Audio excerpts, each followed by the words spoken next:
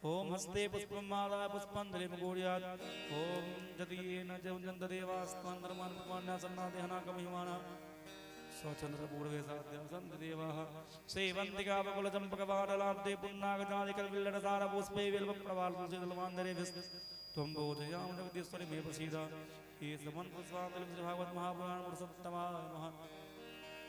सब गोटा प्रेम से कभी राधे राधे राधे राधे जय सिया राम।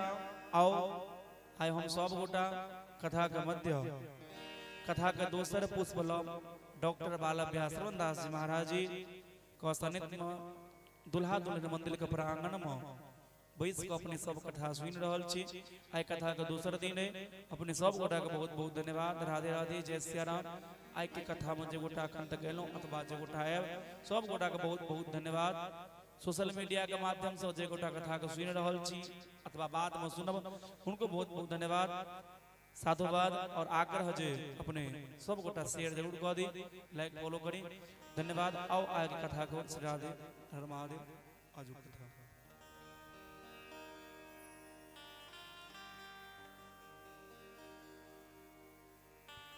जय श्री राम, जय श्री राम, जय श्री राम, जय श्री राम, जय श्री राम, जय श्री राम।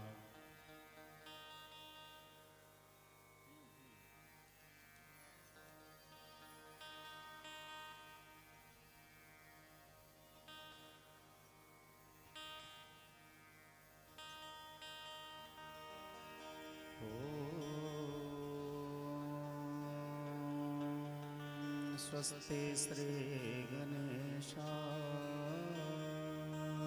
नमः। श्री सीतारामाभ्यां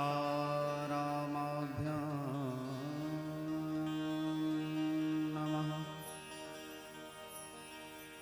श्री राधा कृष्णाभ्यां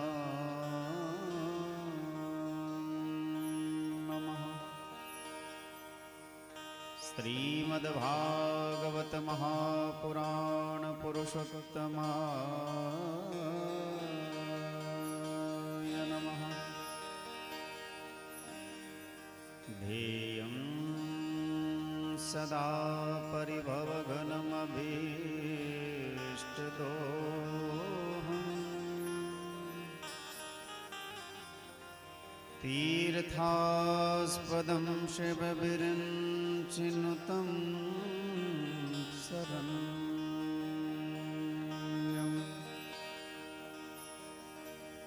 भृत्यार्तिहं प्रणतपालभवाब्धिपोतम् वन्दे महापुरुषते चरणारविन्दम्।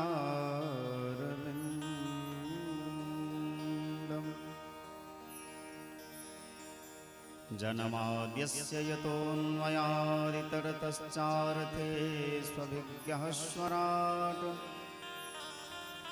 तेने ब्रह्महृदायादिकवये मुह्यन्ति यत् सूरयः।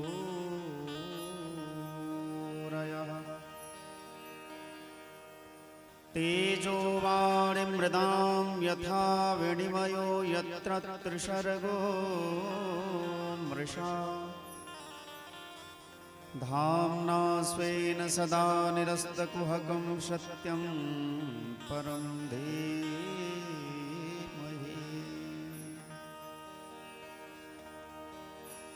रामाय रामभद्राय रामचन्द्राय वेधसे रघुनाथाय नाथाय सीताय पतये नमः।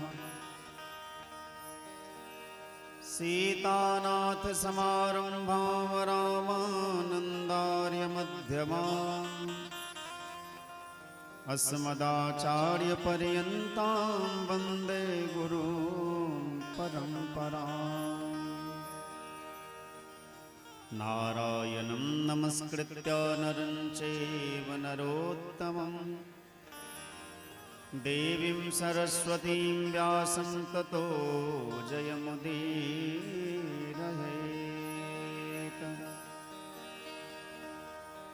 गङ्गातरङ्गरमणीयजटाकलापम्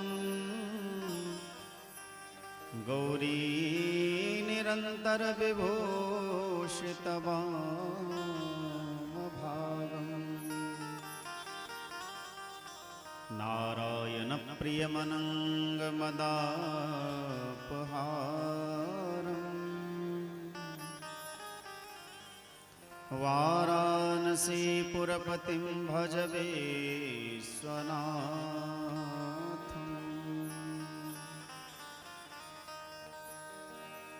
प्रणवो पवनकुमार खलगन ज्ञानघन जासु हृदयागार बसहि राम सरचार। धर श्यामांडवी उर्मिला श्रुत कीरति बरवाम चारि कुंवर चारिहु कुंवरे तुलसी करत प्रणाम। जय जय श्री राधारमण जय जय नवल किशोर जय गोपी चित चोर प्रभु जय जय माखन चोर। राधा मेरी स्वामिनी मैं राधे को दास जन्म जन्म मोह दीजियो श्री वृंदावन को वास। सब द्वारन को छोड़ के आए तेरे द्वार श्री वृषभानु की लाडली मेरी ओर निहार। भगति भगत भगवंत गुरु चतुर्नाम बहु एक इनके पद वंदन किए नासहीं विघ्न अनेक। सिया राम मैं सब जग जानी करहु प्रणाम जोरी जुग पानी। आइए हनुमंत विराजिए कथा करो मति अनुसार तुम सेवक रघुनाथ के पधारिए पवन कुमार।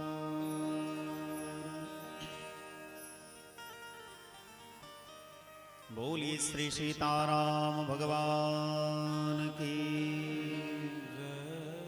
श्री वृंदावन बिहारी लाल की श्रीमद्भागवत महापुराण की जय श्री गौ माता गंगा माता की जय श्री भक्ति तुलसी महारानी की जय संत श्री साहेब राम बाबा की जय श्री पुजारी त्यागी बाबा की जय श्री पुरगाहर सरकार की जय श्री मौनी बाबा की जय अपने अपने माता पिता की जय अपने अपने गुरु गोविंद भगवान की जय श्री दुल्हा दुल्हन सरकार की जय सभी श्रोता भगवान की जय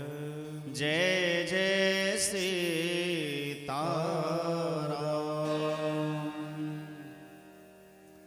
जय जय राधेश्याम।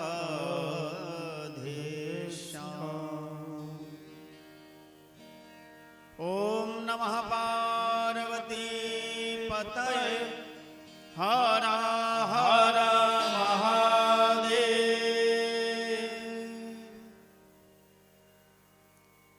अनंत कोटि ब्रह्मांड नायक कारण करुणा करुणालय भक्तवांछा कल्पतरु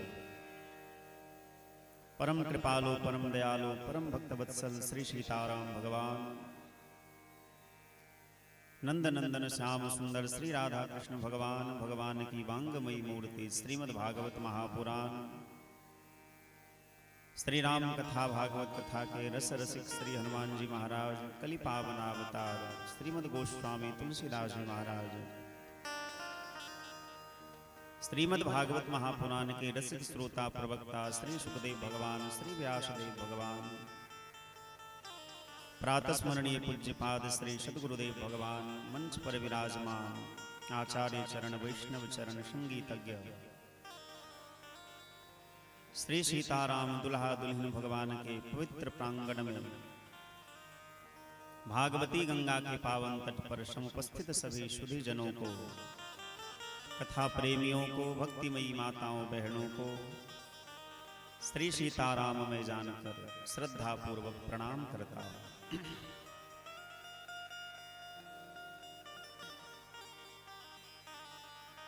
भगवान की असीम कृपा करुणा के कारण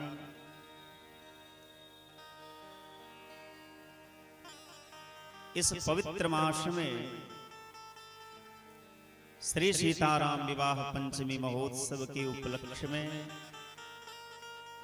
हम आप सभी सप्ताह भागवत कथा का दिव्य रसपान कर रहे हैं।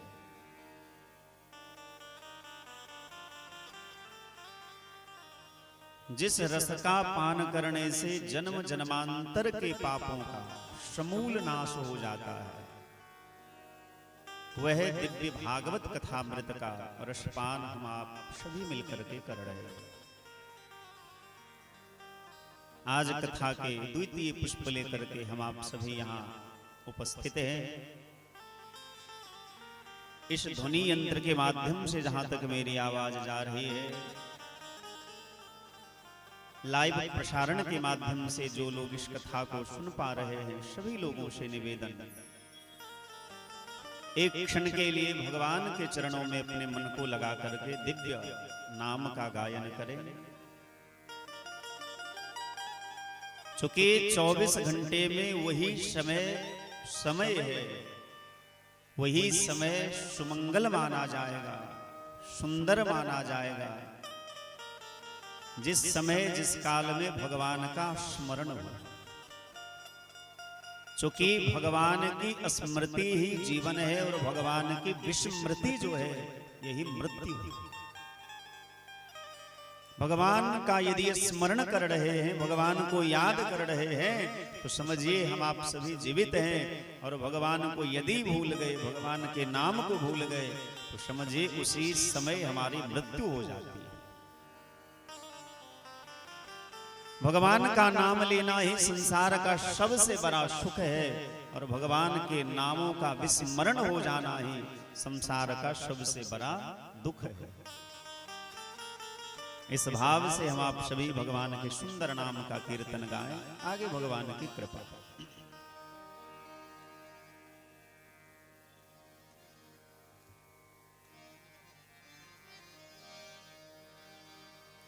श्री राम जय राम जय जय राम, श्री राम जय राम जय जय राम, श्री राम जय राम जय जय राम, राम श्री राम जय राम जय जय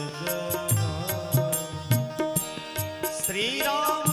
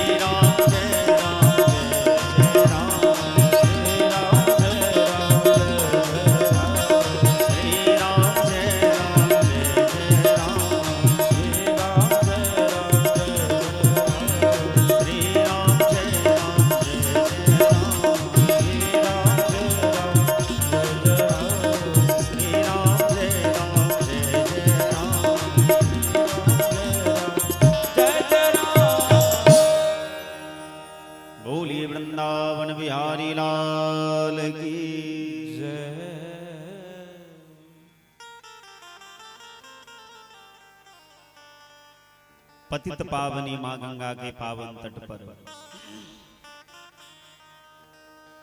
हरिद्वार में व्यासपीठ पर विराजमान श्री शनकादि ऋषि मुख्य श्रोता के रूप में श्री नारद बाबा को कथा श्रवण करा रहे हैं। नैमिषारण्य क्षेत्र में श्री सूत जी महाराज शौनकादि ऋषियों को कथा सुना रहे हैं।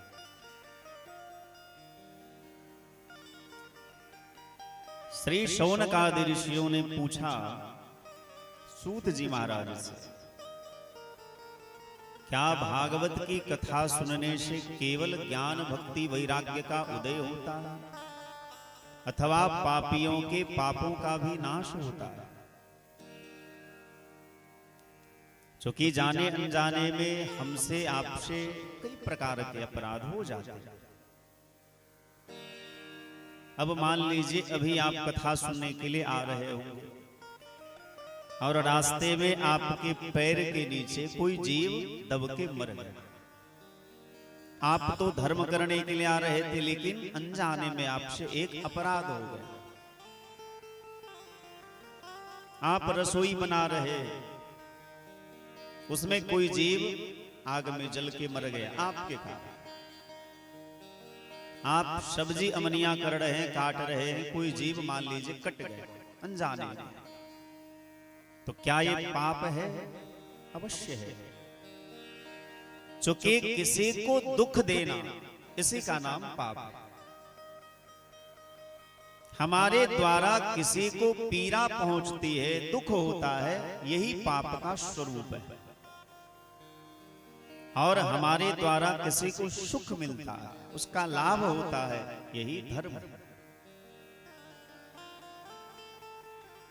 अब यदि सम्यक विचार करें कि यदि अनजाने में किए गए पाप, हम आप धर्म कमाने के लिए जा रहे हैं, अनजाने में गलती से हमसे पाप हो गया, कोई जीव दब गया, मर गया, जल गया, ये तो अनजान का पाप है। इसके प्रायश्चित के अलग नियम है। 5 प्रकार के यज्ञ प्रतिदिन गृहस्थ को करना चाहिए। पहले के जमाने में आप सभी जानते हैं, देखते हैं, आपने किया भी होगा। रसोई बनाने से पहले गरम गरम पानी में चावल डालने से पहले 3 बार चावल को ऐसे घुमा करके आग में डाला जाता था। अब आजकल तो कुकर, प्रेशर कुकर में बनता है, तो ये नियम तो खत्म होता जा रहा है। पहले यदि कोई माँ रसोई बनाती थी, रोटी बनाती थी, तो पहला रोटी गाय के लिए निकालती थी और अंतिम रोटी कुत्ते के लिए। आंगने में, छत पर थोड़ा सा अन्न का दाना, शक्कर इत्यादि छींट दिया जाता था पक्षी के लिए। किसी पेड़ के जड़ में आटा, गुड़, शक्कर दे देना चाहिए। जल में थोड़ा सा अन्न का कण जो है सो दे देना चाहिए। 5 प्रकार के जो यज्ञ हैं प्रतिदिन गृहस्थ को करना चाहिए। इस 5 यज्ञ के द्वारा हमारे अनजाने में किए गए पाप जो है वो नष्ट हो जाते हैं। पर जानबूझ के किया गया जो पाप है, अधर्म है, अत्याचार है, अपराध है, उसका प्रायश्चित क्या है? बोले सभी पाप के प्रायश्चित अलग अलग प्रकार से शास्त्र में बताए गए हैं, पर सबसे बड़ा प्रायश्चित है यदि आपने किसी प्रकार का पाप किया और भागवत जी की शरण ग्रहण कर लेंगे, तो भागवत जी में वो सामर्थ्य है कि आपके सभी पापों को तत्काल भस्म कर देंगे। कई लोगों के मन में यह प्रश्न होगा कि शायद ये कथा कह रहे हैं, भागवत जी की कथा कह रहे हैं, इसीलिए उसकी प्रशंसा गा रहे हैं। भैया केवल हम नहीं गा रहे हैं, हमारे पूर्वाचार्य जो हैं, बड़े बड़े महापुरुष जो हुए हैं, उन्होंने भी इसी बात को कहा। जब सूत जी महाराज से शौनकादि ऋषियों ने पूछा कि क्या भागवत की कथा सुनने से धर्म, ज्ञान भक्ति वैराग्य का ही उदय होता है अथवा पापियों के पापों का भी नाश होता है। यदि पापियों के पापों का नाश होता है तो कृपा करके बताइए के विशुद्धयन्ति।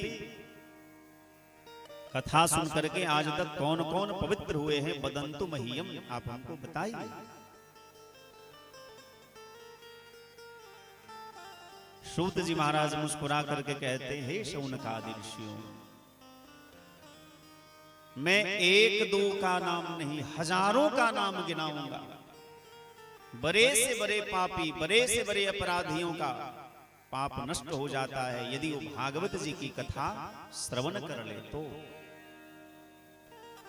और इतना ही नहीं, यदि कोई जीते जी भागवत नहीं सुन पाया, मान लीजिए किसी ने जीवन में बहुत पाप किया, उसकी मृत्यु हो गई, वो प्रेत बन गया, भूत बन गया, पिशाच बन गया और नाना प्रकार की योनि में वो भटक रहा है, उसके उद्धार के लिए भी यदि कोई भागवत जी का अनुष्ठान करता है तो भागवत जी का ऐसा दिव्य प्रभाव है कि उस जीव का भी, उस प्रेत की भी मुक्ति हो जाती है। शौनकादि ऋषियों ने कहा, ये तो बड़ा आश्चर्य है, क्या आज तक कभी ऐसा हुआ है? और यदि हुआ है तो कृपा करके हमको बताइए। सूत जी महाराज कहते हैं, ये मानवाः पाप कृतास्तु सर्वदा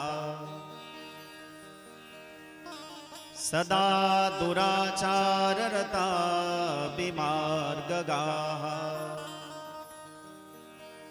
क्रोधाग्निदग्धा कुटिलाश्च कामिनः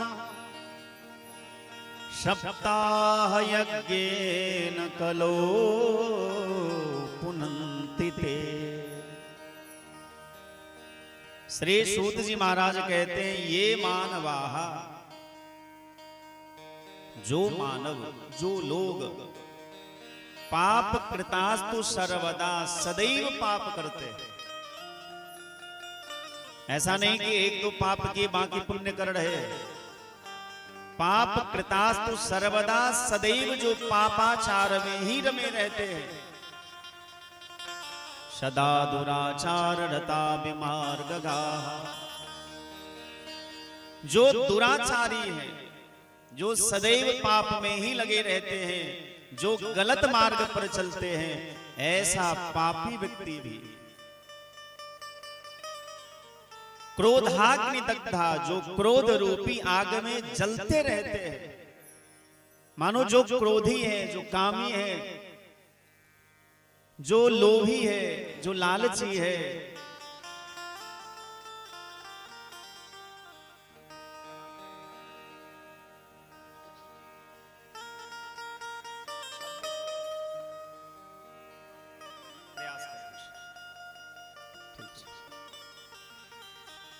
क्रोधाग्नि दग्धा कुटिलाश्च कामिनः, जो क्रोध रूपी आग में जलते रहते हैं, जो कामी है, जो लोभी है, जो लालची है, मतलब ऐसा समझ लीजिए कि जो पाप का भंडार है, ऐसा पापी व्यक्ति भी यदि एक बार भागवत जी की कथा सुन ले तो सप्ताह यज्ञेन कलो पुनन्ति ते, सप्ताह भागवत कथा के प्रभाव से वो पवित्र हो जाता है। इतना ही नहीं, पंचोग्र पापाश्चल छद्मकारिणः, 5 प्रकार के जो महापाप हैं, वो पांचों महापाप करने वाले व्यक्ति भी यदि एक बार भागवत जी की कथा श्रवण कर ले तो सप्ताह यज्ञेन कलो पुनन्ति ते, वो पवित्र हो जाता है। ये तो रही जीवित लोगों की बात, और कोई पाप करते करते करते मर जाए, प्रेत बन जाए, उसके उद्धार के लिए यदि कोई भागवत का अनुष्ठान करता है तो उस जीव की भी मुक्ति हो जाती है। हम आपको एक इतिहास की कथा सुना रहे हैं, जिस इतिहास की कथा श्रवण करने मात्र से पाप हानि प्रजायते, सभी प्रकार के पापों का नाश हो जाता है। श्री सूत जी महाराज कहते हैं दक्षिण भारत में तुंगभद्रा नाम की नदी के तट पर एक नगर बसा हुआ है।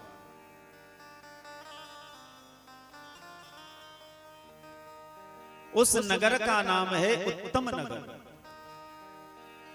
और उस नगर में एक आत्मदेव नाम के ब्राह्मण रहते हैं। आत्मदेव किसको कहेंगे?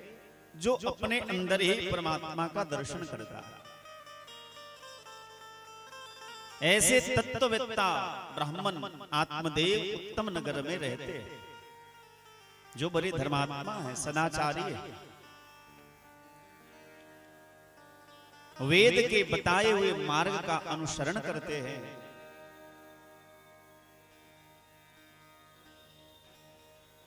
लेकिन उनकी पत्नी जो है ठीक विपरीत है, प्रतिकूल है। लोकवार्तारता क्रूरा प्रायशो बहुजल्पिका सोराचा गृह कृत्येषु कृपणा कलह प्रिया। बोले उनकी पत्नी कैसी है? तो लोक वार्ता रता क्रूरा, संसार की चर्चा करने वाली है, संसार की खूब चर्चा करती है। कई लोगों का स्वभाव होता है भगवान की चर्चा में नींद आने लगती है, कथा में नींद आने लगती है, लेकिन संसार की चर्चा करिए, किस्सा कहानी कहिए तो उसको खूब आनंद आता है। यदि भगवान की कथा में, कीर्तन में, भजन में, सत्संग में नींद आती है, आलस्य आती है, तो समझिए पाप अंदर ज्यादा भरा हुआ है। क्योंकि पूर्व जन्म के पाप से हरि चर्चा न सुहाय, जैसे जर के जोर से अनकारुचि मर जा।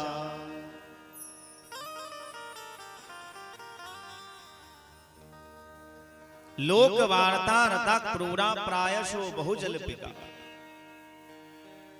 पंडित जी की जो पंडिताइन है वो बहुत बोलती है, बहुत संसार की चर्चा करती है।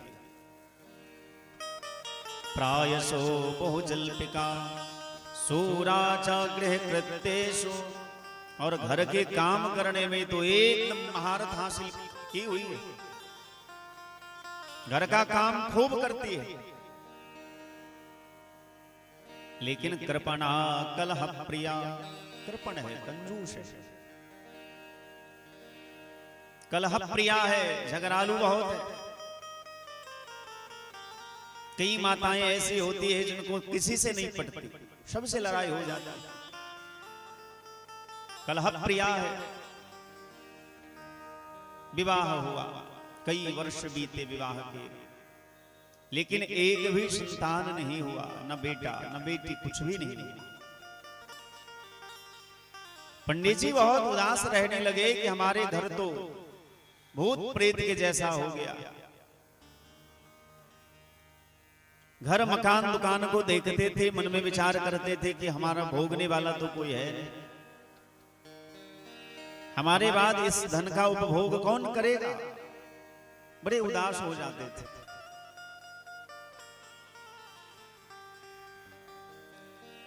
लोग भी ताना मारते थे कि देखो ऊपर से धर्म का तो स्वांग रचते हैं, लेकिन कहीं ना कहीं पाप किए हैं, उसी पाप का ये फल है कि इनके घर में भोगने वाला कोई नहीं,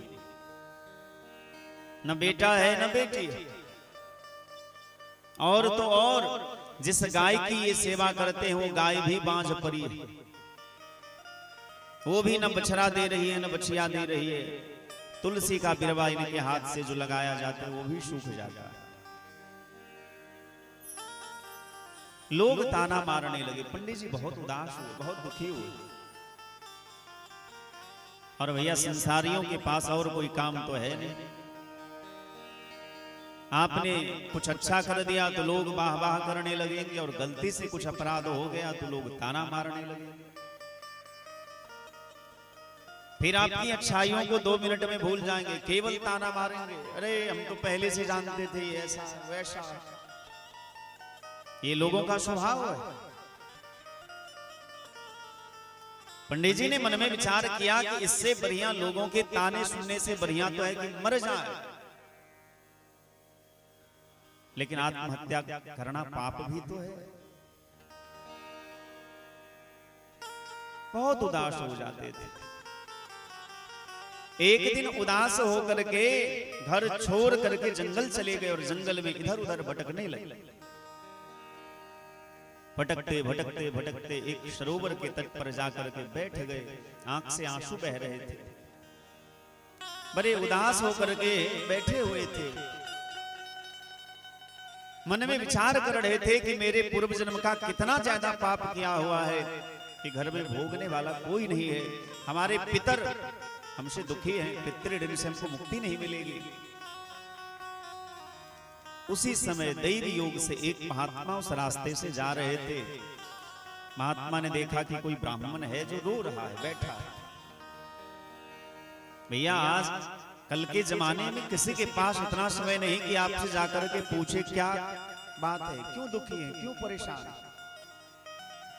और यदि आपको कोई पूछता है तो समझिए आप भाग्यशाली हैं, क्योंकि आजकल के समय में किसी के पास इतना समय नहीं कि आपके दुख में आपके संग दे। और यदि आपके दुख में कोई संग दे रहा है तो समझिए आप बहुत भाग्यशाली हैं। महात्मा ने जाकर के पूछा, हे ब्राह्मण देवता क्यों रो रहे हो तुम? कथम रोदिषि विप्रत्वम काते चिंतावलीयसे। किस बात की चिंता है, क्यों उदास हो? देखने से तो बड़े सज्जन लगते हो, खाए पिए घर के लगते हो। ब्राह्मण ने देखा कि एक महात्मा पूछ रहा है और महात्मा से कभी झूठ नहीं बोलना चाहिए। भगवान के सामने, गुरु जी के सामने, माता पिता के सामने, महापुरुष के सामने, वैष्णवों के सामने गलती से भी कभी झूठ नहीं बोलना चाहिए। रामचरितमानस में बड़ा सुंदर वर्णन आया कि हो ही न विमल विवेक उरा गुरुशन किए दुराव। जो गुरु से झूठ बोलता है, जो माता पिता से झूठ बोलता है, जो अपने इष्ट के सामने झूठ बोलता है, जो अपने श्रेष्ठ के सामने झूठ बोलता है, उसकी बुद्धि कभी पवित्र नहीं हो सकती। कभी झूठ नहीं बोलना चाहिए। पंडित जी ने महात्मा के चरण में प्रणाम किया और कहा, बाबा आपकी दया से घर में सब कुछ है, धन की कमी नहीं है, संपत्ति है, पत्नी है, और जहां तक मुझे याद है मैंने जानबूझ करके कोई पाप नहीं किया। महात्मा ने पूछा कि तब उदास क्यों हो, किस बात की कमी है? बोले घर में सब कुछ है पर भोगने वाला कोई नहीं है। महात्मा समझ गए। बोले एक बात बताओ पंडित जी, तुम तो पढ़े लिखे हो, वेद के अर्थ को जानते हो, ये बताओ कि बेटा लेकर के करोगे क्या? पंडित जी ने तुरंत कह दिया कि अपुत्रस्य गतिर्नास्ति। जिसको पुत्र नहीं होता है उसको गति नहीं मिलती है, ऐसा शास्त्र में लिखा है। महात्मा मुस्कुरा करके कहते, अच्छा इसका मतलब तो ये हुआ कि जिसका बेटा नहीं है उसको गति नहीं मिलेगी, उसको मुक्ति नहीं मिलेगी। अर्थ तो यही है कि अपुत्रस्य गतिर्नास्ति स्वर्गे नैव च नैव च। श्रीमद् देवी भागवत महापुराण में लिखा है कि जिसको पुत्र नहीं है उसको गति नहीं मिलती है, न स्वर्ग मिलता है। तब तो भैया जितने बाबा जी हैं, विरक्त महात्मा है, उन्हीं को गति नहीं मिलनी चाहिए, क्योंकि उनका अपना कोई बेटा तो होता नहीं, समाज का बेटा ही उनका अपना होता है। तो सबसे पहले तो ये समझिए कि पुत्र कहते किसको है? क्या हमने एक पुरुष को जन्म दे दिया वो हमारा पुत्र हो गया? बोले नहीं, पुत्र वही है जो पुत नाम के नरक से हमारी रक्षा करता है। पुन्नाम नरकात त्रायते पुत नाम के नरक से जो हमारी रक्षा करता है वही पुत्र है। और तो और एक महात्मा ने इतनी सुंदर बात कही कि जाहि मार्ग मोत है ताहि मार्ग पूत, भजन करे तो पूत है ना तो समझो मूत। सुनने में थोड़ा उटपटांग अवश्य लगेगा, लेकिन बहुत बड़ी बात कह रहे हैं। जाहि मार्ग मूत है ताहि मार्ग पूत। मूत्र द्वार से ही पुत्र का भी जन्म होता है। जाहि मार्ग मूत है ताहि मार्ग पूत। संत ने बड़ी प्यारी बात कही, यदि भजन करे तो समझो पूत है, यदि भजनानंदी बेटा हो गया तो समझिए कि वो पूत है, और ना तो समझो मूत, फिर वो त्यागने योग्य है। इसी बात को तुलसी बाबा ने विनय पत्रिका में कहा कि जाके प्रिय न राम वैदेही तजिए ताहि कोटि वैरीशम यद्यपि परम स्नेही। सुमित्रा मैया मानस में कहती है, पुत्रवती जोवती जग सोई, पुत्रवती जोवती जग सोई, पुत्रवती जोवती जग सोई, पुत्रवती जोवती जग सोई। रघुपति भगत जासु सुत होई, रघुपति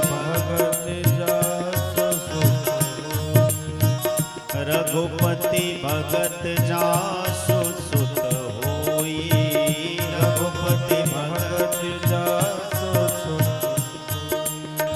न तरवाज भली बाती बियानी, न तरवाज भली बाती बियानी, न तरवाज भली बाती बियानी, न तरवाज राम विमुख श्रुत ते हित जानी, राम विमुख श्रुत ते हित जानी, राम विमुख श्रुत ते हित जानी, राम विमुख श्रुत ते हित जानी। सुमित्रा मैया कहती हैं कि इस संसार में पुत्रवती वही है, वही मां धन्य है जिसके गर्भ से भगवान का भक्त बालक जन्म लेता है। यदि केवल जन्म देने से कोई मां कहलाती है, तब तो पशु पक्षी भी अपने अपने बच्चों को जन्म देते हैं। केवल जन्म देने से कोई पुत्रवती नहीं कहलाती। पुत्रवती वही है, और ये बात हम नहीं कह रहे, सुमित्रा मैया कहती है कि पुत्रवती जुवती जग सोई। इस संसार में वही स्त्री पुत्रवती है, रघुपति भगत जासु सुत होई, जिसका पुत्र भगवान श्री सीताराम जी का भक्त होता है। ऐसा पुत्र ही माता पिता संसार समाज परिवार का उद्धार करता है। महात्मा ने देखा कि इस ब्राह्मण को पुत्र का नशा चढ़ गया है। क्या करोगे पंडित जी बेटा लेकर? बोले सुख बहुत मिलेगा। महात्मा ने कहा इसका मतलब है कि बेटा से सुख मिलता है, और यदि बेटा से सुख मिलता है तो क्या बेटा नहीं होने से सुख नहीं मिलता है क्या?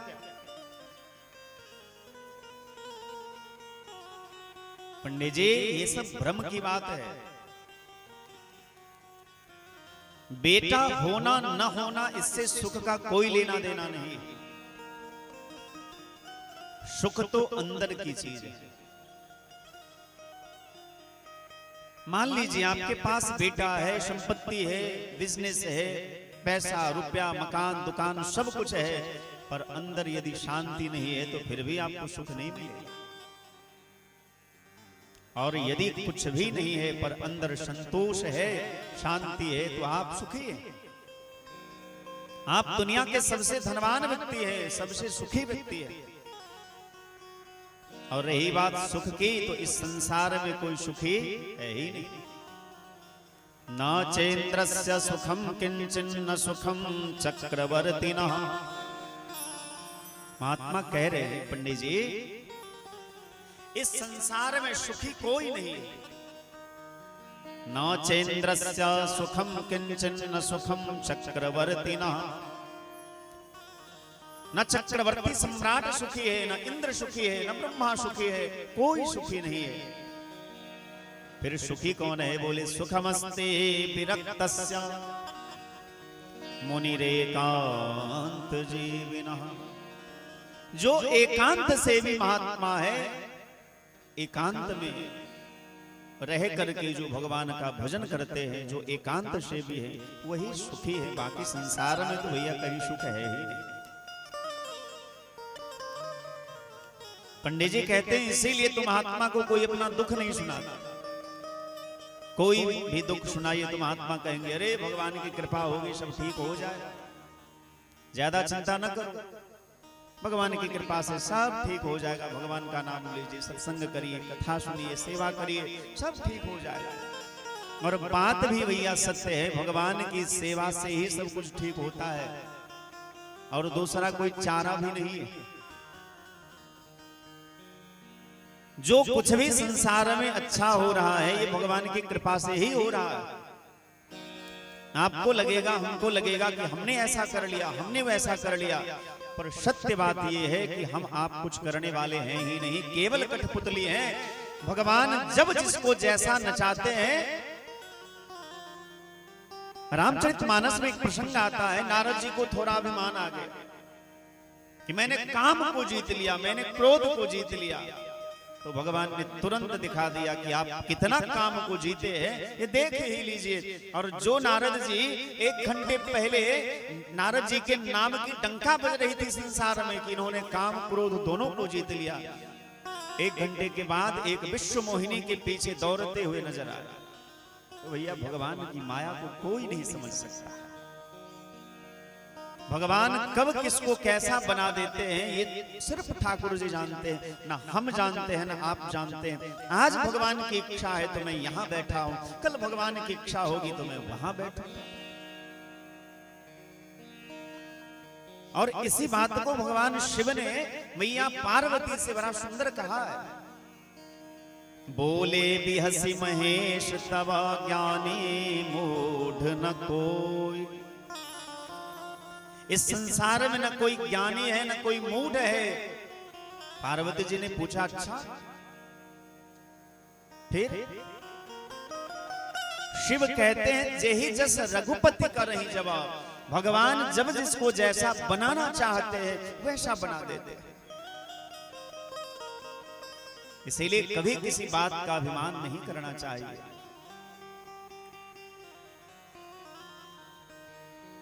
जही जस रघुपति करहि जवा सो तस तेहि सन हो।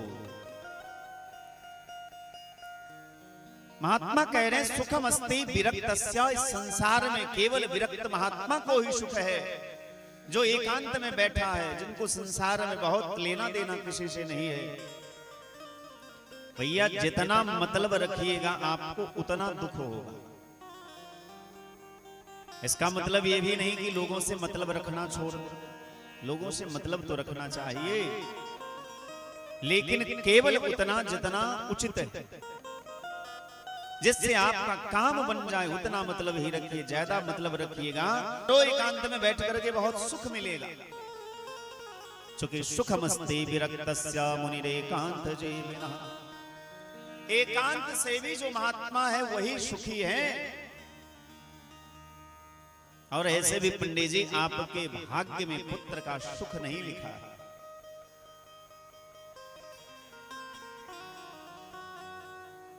सप्त जन्मावधि तव पुत्रो नैव च।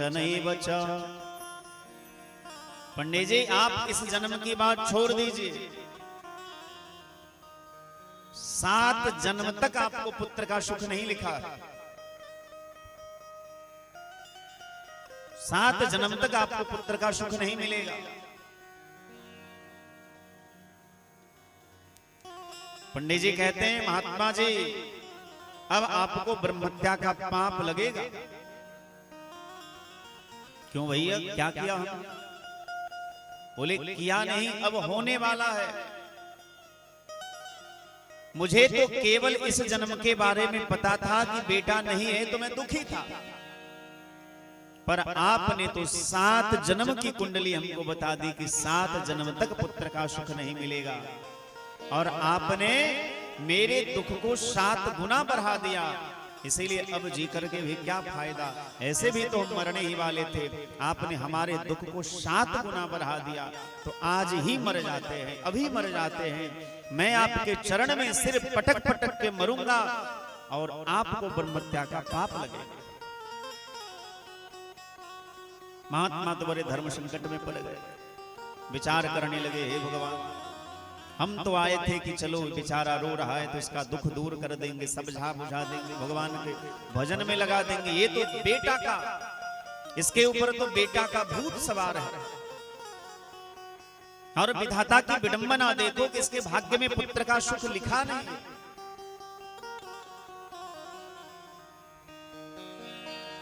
महात्मा ने कहा पंडित जी आप तो पढ़े लिखे हो, आप ही बताओ कि आपके भाग्य में यदि पुत्र का सुख नहीं लिखा है तो मैं कहां से लाके दूं? पंडित जी ने कहा महात्मा जी क्षमा करिएगा, हम थोड़ा बहुत जानते हैं।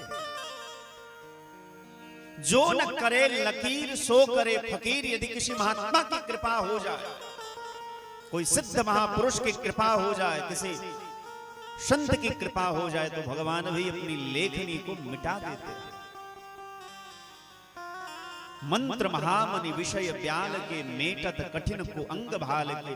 भाग्य का लिखा कभी मिटता नहीं है, लेकिन भगवान की यदि कृपा हो जाए, भगवान के परम भक्त संत भगवान की कृपा हो जाए, तो भाग्य का लिखा भी मिट सकता है।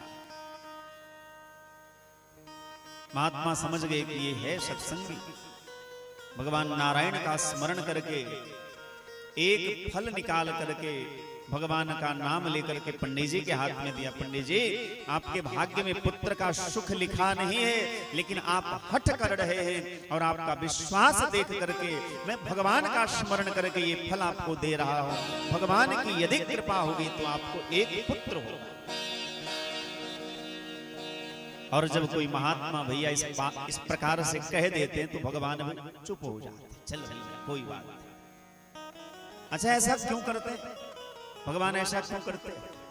बोले इसलिए करते हैं क्योंकि महात्मा कभी अपने लिए कभी कुछ मांगते ही नहीं। यदि आपका बेटा कभी कुछ नहीं मांगता है और किसी और के लिए या किसी विशेष कारण से कभी मांग दिया तो आप भी मजबूर हो जाओगे, अरे कभी मांगता तो है नहीं, आज पहली बार मांग रहा है तो इसको ना कैसे कर। ऐसे भगवान भी अपने भक्त के सामने मजबूर हो जाता है। जो भगवान का भक्त है वो कभी भगवान से नहीं मांगता कि हमको ये दे दीजिए वो दे दीजिए, लेकिन किसी और के लिए यदि वो मांग देता है तो भगवान भी देने से मुकरते नहीं है, देना पड़ता है। पंडित जी प्रसन्न हो गए, महात्मा के चरणों में सिर झुकाए और फल लेकर के गए। दौड़ करके अपने गांव में पूरे गली गली में घूम करके सबको ये संदेशा सुनाया कि देखना 9 महीने के बाद मेरे घर में भी किलकारियां गूंजेंगी। महात्मा की कृपा हुई, महात्मा ने कृपा करके फल दिया है। पूरे मोहल्ला के लोग इकट्ठा हो गए। पंडित जी ने वो फल पंडिताई ने धुंधली के हाथ में दे दिया। अजी महात्मा की कृपा से ये फल हमें प्राप्त हुआ है, ये फल खा लो, भगवान की कृपा होगी तो हमारा घर भी हरा भरा हो जाएगा, हमारे घर में भी एक पुत्र का जन्म होगा, और महात्मा का वचन कभी झूठा नहीं हो सकता। फल दे करके पंडित जी तो चले गए काम करने। पंडिताई उल्टी खोपड़ी की विचार करने लगी। सच में पंडित जी बड़े भोले वाले। अरे फल खाने से कहीं बेटा होता?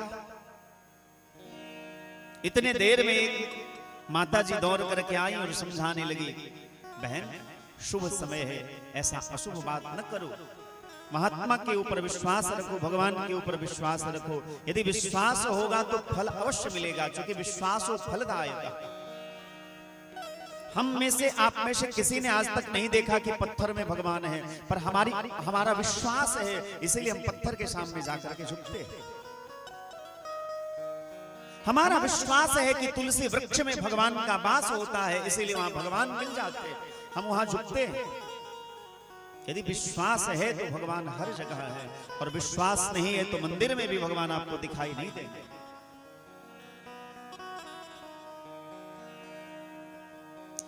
हर चीज की महिमा जगह जगह पर अलग हो जाती है। हम लोग यदि राम राम राम राम जपते हैं तो हमारे लिए राम नाम की महिमा बहुत बड़ी है, पर मंदिर में जो भिखारी बैठा रहता है वो कहता है राधे राधे भैया, राम राम भैया, 1 रुपया दे दो। वो केवल 1 रुपया के लिए राम नाम जपता है, तो उसकी दृष्टि में राम नाम की कीमत केवल 1 रुपया है। 1 समोसा, 1 कोई सामान दे दीजिए, वो प्रसन्न हो जाएगा, उसे लगेगा कि मुझे नाम का फल मिल गया। उसके लिए नाम की महिमा केवल उतनी है, पर हमारे लिए नाम की महिमा बहुत अधिक है।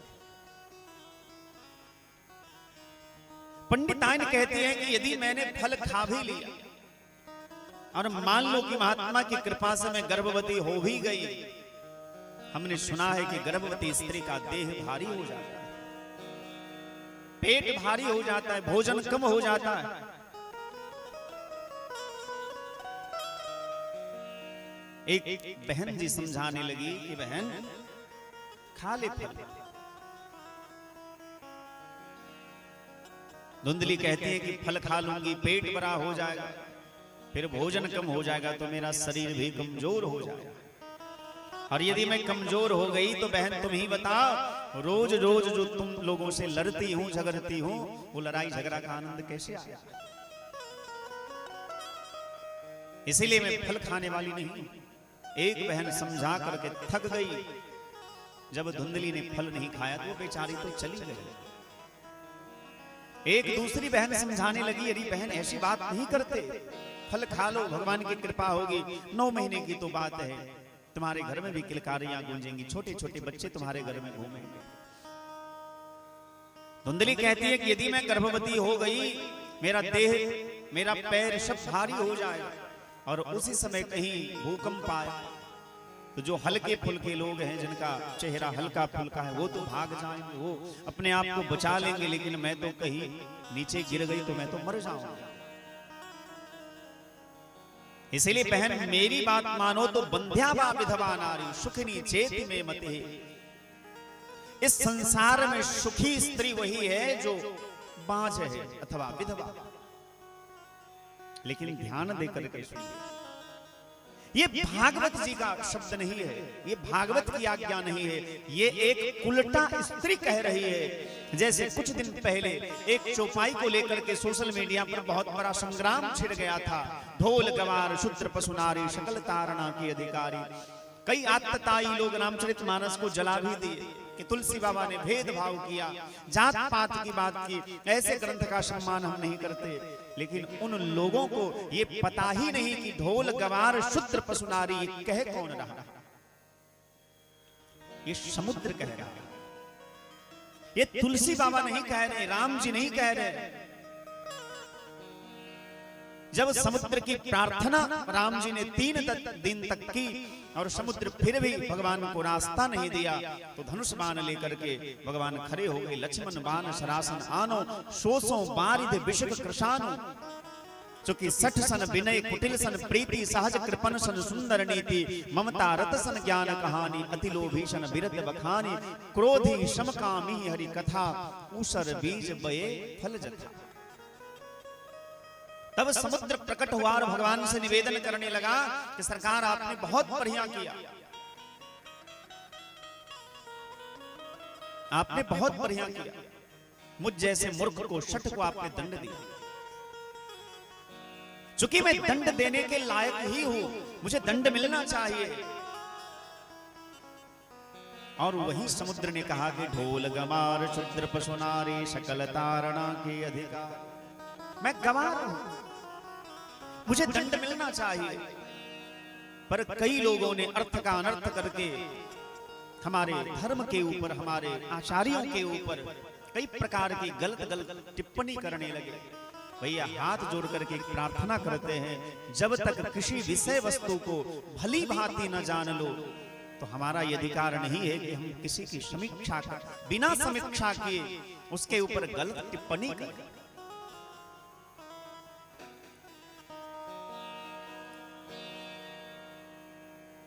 बंध्यावा विधवा नारी सुखनी चेत में मती, ये वाणी धुंधली सब समझा करके हार थक करके चली गई तो एक मुंह बोली बहन आई, बहन उदास क्यों हो? धुंधली ने सारा वृत्तांत कहा। वो मुंह बोली बहन कहती है, देखो भगवान की विडंबना, किसी के पास कान है तो सोना नहीं है, किसी के पास सोना है तो कान नहीं है।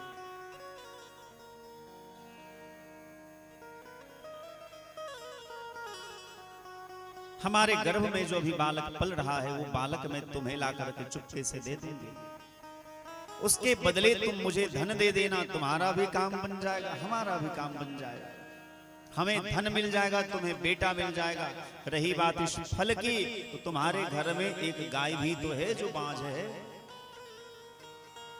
महात्मा के द्वारा दिए हुए फल का परीक्षण करने के लिए ये फल गाय को खिला दो।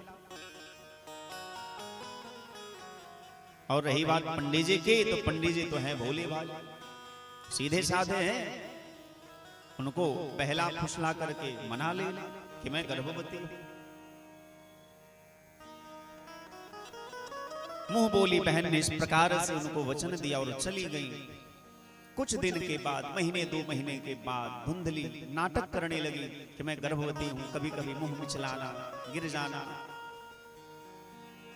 पंडित जी बड़े प्रसन्न हुए कि महात्मा की बात सफल हो गई। धुंधली की मुंह बोली बहन ने कुछ महीने बाद एक बालक को जन्म दिया और रात के अंधेरे में वह बालक ला करके धुंधली को दे दिया, बदले में धन लेकर के चली गई। सुबह सुबह धुंधली हल्ला करने लगी कि मुझे बेटा हुआ बेटा हुआ। पंडित जी बड़े प्रसन्न हुए कि आज महात्मा की बात सफल हो गई। पूरे गांव में लड्डू बंटवाए और महात्मा का दिया हुआ जो फल था वो फल चूंकि गौ माता को खिलाया था, इसलिए उस गौ माता ने भी समय आने पर एक सुंदर बालक को जन्म दिया। पर गौ माता के गर्भ से जो बालक का जन्म हुआ उसके कान गाय के कान के जैसे थे, बाकी सारा संपूर्ण शरीर मनुष्य की आकृति की थी, पर उनका कान गाय के कान के जैसा था। पंडित जी ने तुरंत उनका नाम गोकर्ण रख दिया। और जब बड़े बेटे का नाम रख रहे थे, चूंकि मेरा नाम आत्मदेव है तो बेटा का नाम परमात्मा देव रख। पंडिताइन झुंझुला करके कहते हैं, जी ऐसे कैसे होगा, बेटा मेरा है, जन्म मैंने दिया है तो नाम भी मैं ही रखूंगी। मेरा नाम यदि धुंधली है तो मेरा बेटा का नाम धुंधुकारी होना चाहिए। महात्मा कहते नाम विचार करके रखो, अपनी संतति का संतान का नाम विचार करके रखना चाहिए, क्योंकि नाम का प्रभाव जीवन भर पड़ता है। यथा नाम तथा गुण, नाम का प्रभाव अवश्य पड़ता है। सूत जी महाराज कहते हैं कि यत काले न तौ जातो तरुणो तनया बुभो, कियत कालेन तौ जातो तरुणो तनया बुभो, गोकर्णः पंडितो ज्ञाने धुंधुकारेति महाफलः। महात्मा के द्वारा दिए हुए प्रसाद के फलस्वरूप गोकर्ण जी महाराज महान पंडित हुए। पंडित माने पूजा पाठ कराने वाला पंडित नहीं, पंडित कहते हैं जिनके पास सद असद विवेक बुद्धि है।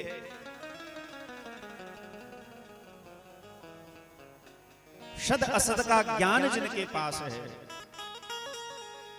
उनको पंडित कहा जाता है।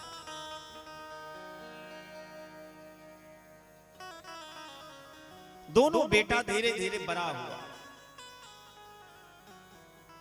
एक कुकर्मी हुआ, एक सुकर्मी हुआ। एक के कारण कुल खानदान परिवार का नाम आकाश छूने लगा और एक के कारण कुल खानदान का नाम मटिया मेल हो गया। अब उसी प्रकार जैसे आत्मदेव के जीवन में दुविधा हुई, धर्म संकट आया, दो बेटा, एक सुख दे रहा, एक दुख दे रहा है, उसी प्रकार हमारे आपके अंदर भी दो प्रकार की वृत्तियां हैं, प्रवृत्तियां हैं। एक आचरण, एक मन, एक बुद्धि जो है हमें सुख देती है, धर्म की ओर प्रेरित करती है, और एक बुद्धि, एक मन जो है वो हमें पाप की ओर ले जाती है। प्रत्येक जीव के अंदर दो प्रकार की वृत्तियां रहती है, एक जो पाप की ओर ले जाती है, एक जो धर्म की ओर ले जाती है। विचार करना है कि धर्म करने से उद्धार होगा अथवा पाप करने से, तो आप इस कथा को ध्यान से सुनिएगा तो आपको इसका परिणाम पता चलेगा कि अंततः धर्म के द्वारा ही, सद्ज्ञान के द्वारा ही। कियत कालेन तो जातो तरुणो तनया बुभो, गोकर्णः पंडितो ज्ञानी धुंधुकारेति महाखलः। गोकर्ण जी महाराज बहुत बड़े पंडित हुए और धुंधुकारी महान दुष्ट हुआ। गोकर्ण जी महाराज महात्मा के संग बैठते थे, सत्संग करते थे, संध्या वंदन करते थे, वेद का पाठ करते थे, सज्जनों के संग बैठते थे, और धुंधुकारी चंडाल के संग रहता था। यदि गोकर्ण जी के हाथ में 10 रुपया दिया जाता था तो वो सत्संग में, भजन में, कीर्तन में, धर्म में लगाते थे, और धुंधुकारी को यदि 10 रुपया मिलता था तो वो शराब में खर्च करते थे। बालक की वृत्ति कैसी है, उसका आचरण कैसा है, उसकी अंतरात्मा कैसी है, ये आपको 2-3 चीज से पता चल जाएगा। मान लीजिए किसी बालक को आपने 100 रुपया दिया, यदि उस 100 रुपये को वो अच्छे काम में लगा रहा है तो कहीं ना कहीं ये लिख करके रख लीजिए कि आगे चल करके ये जरूर अच्छा बनेगा। और उस 100 रुपये को यदि इधर उधर में खर्च कर रहा है, उटपटांग चीज में खर्च कर रहा है, तो मान के चलिए आज हो, कल हो, परसों हो, इसका आचरण बहुत अधिक सही होने वाला नहीं है। चूंकि खान पान से ही पता चल जाता है कि इसका आचरण कैसा है, इसके अंदर की वृत्ति कैसी है। वेशभूषा से, खान पान से पता चल जाता है। गोकर्ण जी महाराज महात्माओं के संग बैठते हैं, धुंधुकारी दुष्ट है, चंडाल के संग बैठता है, शराब पीता है, वेश्यावृत्ति करता है, मुर्दे को छू करके बिना हाथ धोए भोजन कर लेता है, शराब पी करके आता है घर में, लड़ाई झगड़ा, गाली गलौज, मारपीट करता है। मां तो है ही ऐसी।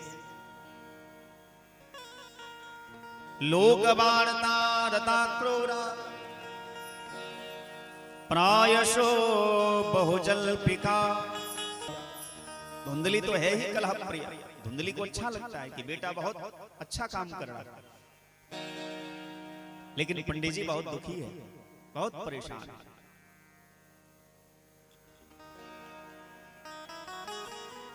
कल भी पंडित जी दुखी थे क्योंकि बेटा नहीं था, और आज भी दुखी है कि ऐसा बेटा क्यों है। हमारे सुख और दुख का बेटा से कोई लेना देना नहीं होता। और मानस में तो स्पष्ट कहा गया है, तुलसी काहो न को सुख दुख करदाता, काहो न को सुख दुख करदाता, काहो न को सुख दुख करदाता, काहो न को सुख दुख करदाता। निज कृत कर्म भोग सब भ्राता, निज कृत कर्म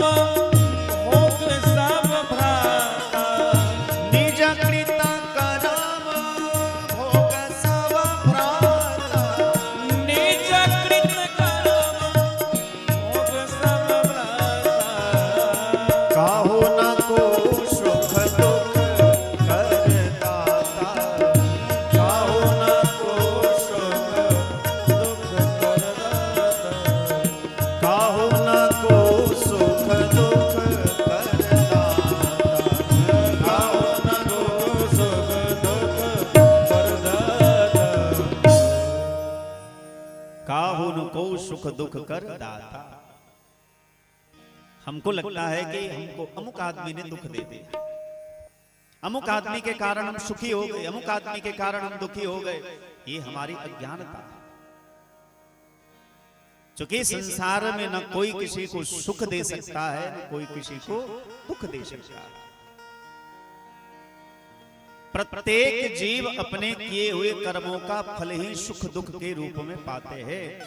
भले इस बात को समझने में हम देरी कर दे, लेकिन जितनी जल्दी मान लेंगे उतना सुख मिलेगा। जब आप इस बात को स्वीकार कर लेंगे, गांठ बांध करके रख लेंगे कि हमें हमारे किए हुए कर्मों का फल मिल रहा है, तो आप हर हाल में सुखी रहेंगे। फिर आपको दुनिया की कोई ताकत दुखी नहीं कर सकती, और मान भी लेना चाहिए। चूंकि शास्त्राज्ञा है, शास्त्र की आज्ञा है, हम नहीं कह रहे हैं काहु न को सुख दुख कर दाता। बोले किसी को कोई सुख दुख देने वाला नहीं है। निज कृत कर्म भोग सब भ्राता। प्रत्येक जीव अपने किए हुए कर्मों का फल ही भोग रहे हैं। पिताजी बहुत उदास हैं, पंडित जी बहुत उदास हैं। एक दिन गोकर्ण जी महाराज ने जाकर के चरणों में प्रणाम किया। देखा पिताजी बहुत दिन से ठीक से न खाते हैं, न पीते हैं, न सोते हैं, किसी से बात तक नहीं करते। गोकर्ण जी महाराज जाकर के प्रणाम करते हैं, पिताजी के चरणों में प्रणाम करके पूछा, पिताजी उदास क्यों है, किस बात की कमी है? हम देख रहे हैं कुछ दिनों से आप बहुत परेशान हैं, अकेले अकेले रहते हैं, किसी से बात तक नहीं करते। आत्मदेव का नेत्र सजल हो गया और कहने लगे, क्व तिष्ठामि क्व गच्छामि को मे दुःखं व्यपोहयेत्। तुम ही बताओ मैं कहां जाऊं? क्व तिष्ठामि क्व गच्छामि को मे दुःखं व्यपोहयेत्। मैं कहां जाऊं, किसके पास बैठूं, किसको अपना दुख सुनाऊं, कौन हमारे दुख को दूर करेगा? अच्छा, गोकर्ण जी महाराज ने पूछा, बताइए पिताजी आप दुखी हैं क्यों? आपके दुख का कारण क्या है? बोले देखते नहीं हो, तुम्हारे बड़े भैया धुंधकारी हमारे स्वर्ग जैसे घर को नरक बना दिया। जहां भगवान की कथा होती थी, जहां वेद पाठ होता था, उस घर में आज शराब पिया जा रहा है, उस घर में मांस भक्षण हो रहा है, वेश्यावृत्ति हो रही है। जिस धन को हमने बड़े मेहनत से कमाया, उस धन को ऐसे अधर्म में खर्च किया जा रहा है। और एक माता पिता के लिए इससे बड़ा दुख क्या होगा कि उसके आंख के सामने उसका बेटा, उसका परिवार नालायक हो जाए। एक माता पिता के लिए इससे बड़ा दुख और क्या हो सकता है? क्योंकि महात्मा का दिया हुआ जो प्रसाद था, फल था, उसका परिणाम, उसके फलस्वरूप उसी के परिणाम थे श्री गोकर्ण जी महाराज। और वही आज महात्मा ही पुत्र के रूप में समझा रहे हैं। कई लोग कहते हैं कि तुलसी बाबा पत्नी के कारण इतने बड़े महात्मा हो गए। एक महात्मा विनोद में कह रहे थे, यदि पत्नी के डांटने से कोई तुलसीदास बन सकता है तो आजकल एक दो नहीं, हजारों लाखों तुलसीदास संसार में हो। नहीं भैया, भगवान क्या करते हैं, जहां देखते हैं भगवान की इसको इस चीज में आसक्ति है तो उस चीज को भगवान छीन लेते हैं। यदि भगवान अपनाना चाहते हैं किसी को, तो जिसमें हमारी आसक्ति होती है, जहां भगवान जानते हैं कि पूरी दुनिया इसको समझा के थक जाएगी, ये नहीं मानेगा, पर ये व्यक्ति यदि ठोकर मारेगा तो उसको समझ में आ जाएगा। भगवान किसी न किसी रूप में उसके अंदर प्रवेश करके उसी से ठोकर मरवाते हैं। तुलसीदास जी के साथ भी ऐसा ही हुआ।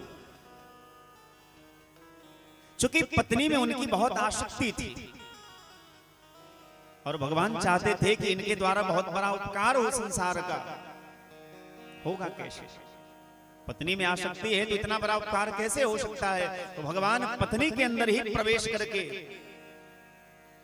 ये कह रहे हैं, अस्थि चर्म में देह में जामे ऐसी प्रीत। तुलसीदास बाबा से उनकी पत्नी ने कहा कि अस्थि चर्म में देह में जामे ऐसी प्रीत, इस चमड़े में, इस हड्डी में, इस खून में, इस मलमूत्र में, इन चीजों से बने हुए देह में जितनी आसक्ति आपकी है, इसका थोड़ा सा भी अंश यदि राम से आपका प्रेम हो जाता तो फिर आपका तो कल्याण ही हो जाता।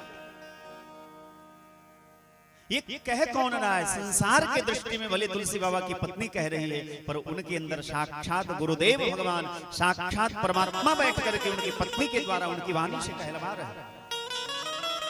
उसी प्रकार गोकर्ण जी महाराज को, गोकर्ण जी महाराज के रूप में ही वो महात्मा आज इनको समझा रहे। देहे स्थिमां सरुधिरे विमतिं त्यजत्वं,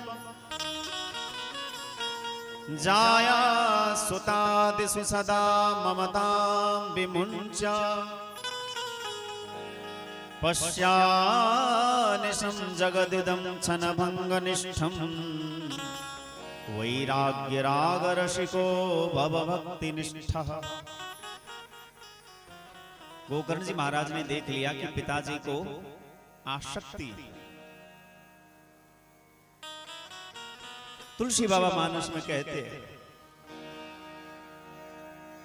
मोह सकल व्याधिन कर मोला, मोह व्याधिन कर मोला, मोह सकल व्याधिन कर मोला, मोह सकल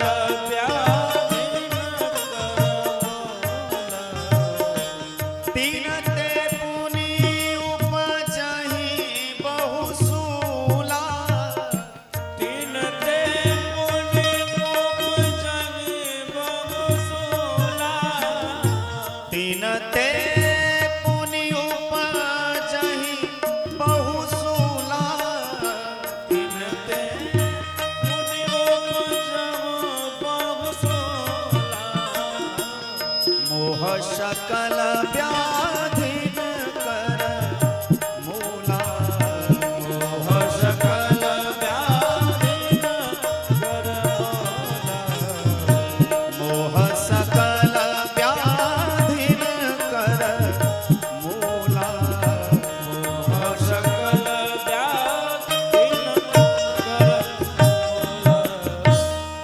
रामचरितमानस में तुलसी बाबा कहते हैं कि मोह सकल व्याधिन कर मूला।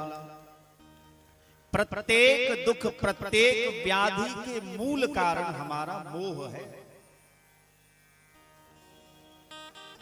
किसी भी चीज से, किसी भी व्यक्ति से, किसी भी स्थान से यदि मोह हो जाए, वही स्थान, वह व्यक्ति, वह वस्तु हमारे दुख का कारण बनता है। और ये बात भी हम नहीं कह रहे, तुलसी बाबा ने मानस में कहा, मोह सकल व्याधिन कर मूला। हमारे व्याधियों का, हमारे दुख का मूल कारण हमारा मोह है।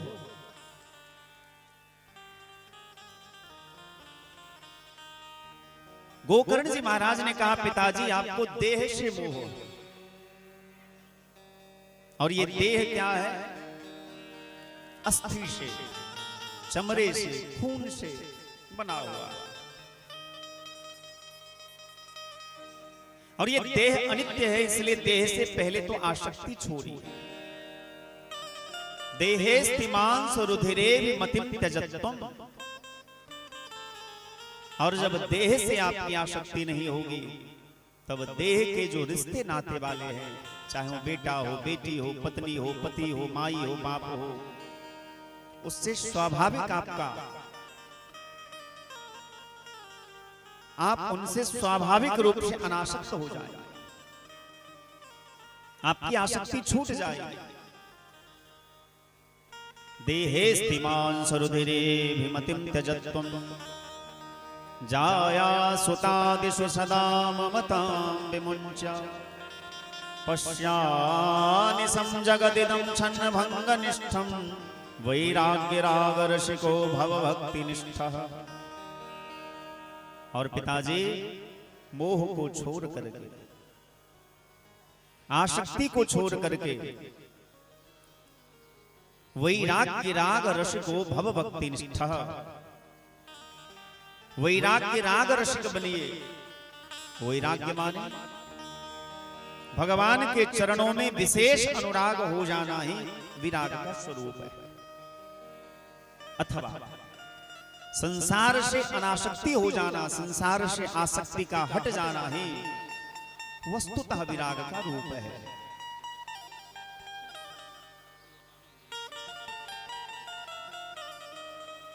धर्मं भजस्व सततं त्यज लोक धर्मान। लोक धर्म का त्याग करके परम धर्म का आश्रय लीजिए। धर्मं भजस्व सततं त्यज लोक धर्मान, सेवस्व साधु पुरुषान् जहि काम तृष्णाम्। अन्यस्य दोष गुण चिंतनमाशु मुक्त्वा, सेवा कथारसमहो नितरां पिबत्वम्। पिताजी, लोक धर्म का त्याग करके परम धर्म का आश्रय लीजिए। सेवस्व साधु पुरुषान् जहि काम तृष्णा, कामनाओं को तृष्णाओं को छोड़ करके साधु पुरुषों की सेवा करें। यहां स्पष्ट निर्देश है कि साधु महात्मा की सेवा कामनाओं का त्याग करके करना चाहिए। हम बाबा जी के पास जाएं तो ये भाव मन में लेकर के न जाए कि हमारा इनसे लाभ हो। उनसे यदि कुछ चाहिए तो केवल इतनी कृपा हो जाए कि भगवान के चरणों में खूब प्रेम हो, भगवान के चरणों में उनके आशीर्वाद से हम जुड़ जाएं, यही स्वार्थ होना चाहिए। क्योंकि भैया महात्मा तो फक्कर होते, अब उनसे संसार की वस्तु की केवल 2 श्लोक में गोकर्ण जी महाराज ने अपने पिताजी को सुंदर उपदेश दिया, और ऐसा सुंदर उपदेश दिया कि उनका उद्धार ही कर दिया। साक्षात महात्मा जो पहले समझा रहे थे वही आज बेटा के रूप में आत्मदेव को समझाए, और आत्मदेव अपने मन को संसार से हटा करके भगवान के चरणों में जोड़ लिया। सर्वस्व त्याग करके जंगल में चले गए और महात्माओं के मध्य बैठ करके भगवान का नाम जपने लगे। भागवत जी के 10वें स्कंद का पाठ करने लगे, 12 मंत्र का जाप करते हुए, और अंत में भगवान में ही लीन हो गए। उनको तो सदगति मिल गई। पर उनके जाने के बाद धुंधुकारी ने एक दिन अपनी मां धुंधली को कहा कि पिताजी जाने से पहले सारा धन तुम्ही को दे गए होंगे, बताओ कहां छुपा के रखी हो। धुंधली कहने लगी कि जो घर में था वो तो तुमने बर्बाद कर दिया, शराब में जुआ में इधर उधर में सारा लुटा दिया, अब हमारे पास कुछ भी नहीं है। जैसे मां ने धन देने से इनकार किया तो मां को ही मारने पीटने लगा। समय पर आपने यदि अपने बालक को शासित नहीं किया, शासन नहीं किया, तो वही बेटा बड़ा होकर के आपको पीटेगा। बोले बालक को लालन पालन करना चाहिए, लाड़ दुलार करना चाहिए, लेकिन जब सिद्धांत की बात हो, संस्कार की बात हो, तो वहां माता पिता को कठोर भी होना पड़ता है। मान लीजिए किसी बालक को फोड़ा हो जाए, घाव हो जाए,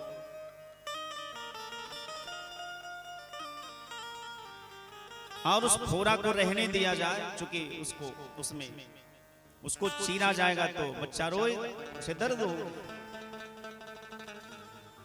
तो शास्त्र का आदेश है कि मां तो चिराव कठिन की नाई, वहां आप अपनी ममता ना दिखाई, वहां आपको कठोर बनना पड़ेगा। जहां शासन की बात आएगी, संस्कार की बात आएगी, सुरक्षा की बात आएगी, तो आपको कठोर बनना पड़ेगा। और यदि आप नहीं बनेंगे तो वही एक दिन बहुत बड़ा दुख होता है।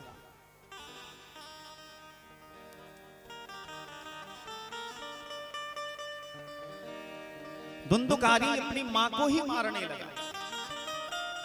धुंधली को बहुत बुरा लगा, दुख हुआ। चूंकि उसने सत्संग नहीं किया था, महात्माओं की संगति नहीं की थी, इसीलिए कुएं में डूब करके बेचारी मर गई। घर में कोई रोकने टोकने वाला नहीं।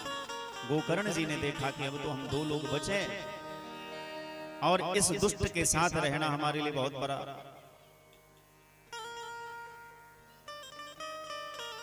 इससे बड़ी विपत्ति और क्या होगी कि इसके साथ रहना पड़े कि बरु भलवास नरक करता था, दुष्ट संग जनि देहु विधाता।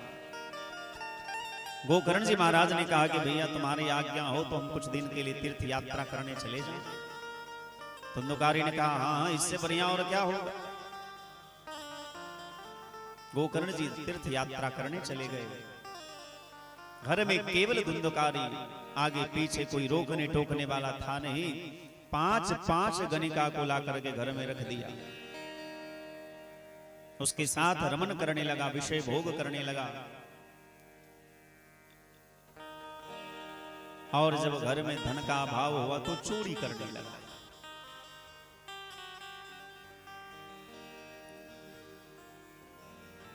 और चोरी करते करते करते एक दिन धुंधुकारी उस नगर के राजा की जो रानी थी उसी का हार चुरा लिया। और वो हार चुरा करके उस गणिका को दिया। गणिका ने देखा कि ये तो रानी का हार है। मन में विचार करने लगी कि ये धुंधुकारी इसी प्रकार से यदि चोरी करता रहा तो एक दिन हम सभी पकड़े जाएंगे, फंस जाएंगे, हमको भी दंड मिलेगा। क्यों ना इसका काम ही तमाम कर देते। आज जब धुंधुकारी रात में आया, शराब के नशे में धुत, 5 गणिकाओं ने मिलकर के उस धुंधुकारी को खटिया में जोर से रस्सी से बांध दिया और डंडा लेकर के पीटने लगी।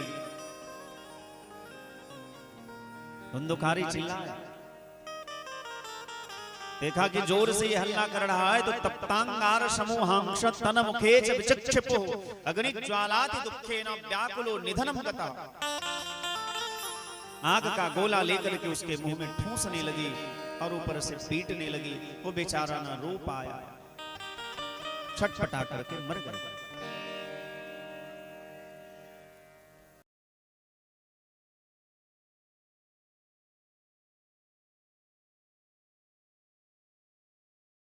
सारा धन आपस में बांट करके चली गई। लोगों ने पूछा कि कहां गए तुम्हारे पति? तो गणिकाओं ने कहा कि हमारे पति विदेश कमाने के लिए गए। लेकिन भैया ये बात सब छुपती नहीं। धीरे धीरे पूरे नगर में ये बात फैल गई कि पांचों गणिकाओं ने मिलकर के धुंधुकारी को मार दिया धन के लोभ। गोकर्ण जी महाराज को पता चला, तीर्थ यात्रा करते हुए ही उनको पता चला। तो गोकर्ण जी महाराज ने अपने माता पिता भाई सबकी मुक्ति के लिए गया जी में जाकर के श्राद्ध किया, पिंडदान किया। तीर्थ यात्रा करके जब लौटे तो अपने घर में रात्रि के समय अपने घर में एकांत में बैठ करके भजन कर रहे थे। राम राम राम राम राम राम जप रहे थे। उसी समय देखा कि एक बिल्ली का बच्चा उनके सामने प्रकट होकर के उनके इर्द गिर्द घूमने लगा। वो बिल्ली का बच्चा कभी भेड़ का बच्चा बन जाता था, कभी सूअर बन जाता था, अनेक प्रकार के रूप बदल लेते थे। गोकर्ण जी महाराज ने पूछा, भैया कौन हो तुम? क्यों परेशान कर रहे हो? भजन क्यों नहीं करने देते हो? वो कुछ कहना चाहता था पर बोल नहीं पाता था। गोकर्ण जी ने हाथ में जल लिया और जल में मंत्र डाल करके, मंत्र फूंक करके उस जल को उनके देह पर छीटा। जैसे वो छीटा तो कहने लगा, अहम भ्राता त्वदीयोष में धुंधुकारेति नामतः स्वकीयेनैव पापेन ब्रह्मत्वं नाशितं मया। भैया मैं तुम्हारा भाई धुंधुकारी। अहम भ्राता त्वदीयोष में धुंधुकारेति नामतः स्वकीयेनैव पापेन ब्रह्मत्वं नाशितं मया। भैया मैं तुम्हारा भाई धुंधुकारी हूं। अपने पाप के कारण ही मुझे प्रेत योनि मिली है। अपने पाप के कारण ही मैंने अपने ब्रह्मणत्व को नष्ट कर दिया। अब कृपा करके हमारा उद्धार करो। तुम्हारे शिवा संसार में हमारा उद्धार करने वाला कोई नहीं।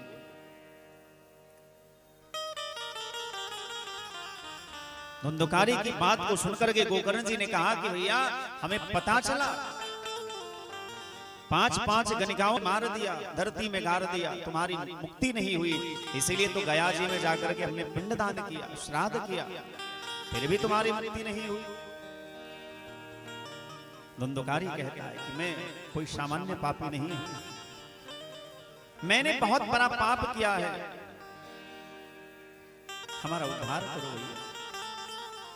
गोकर्ण जी महाराज कहते कोई बात नहीं, चिंता मत करो, कुछ दिन तक तुम और धैर्य धारण करो, हम तुम्हारे उद्धार का कोई न कोई रास्ता अवश्य ढूंढेंगे।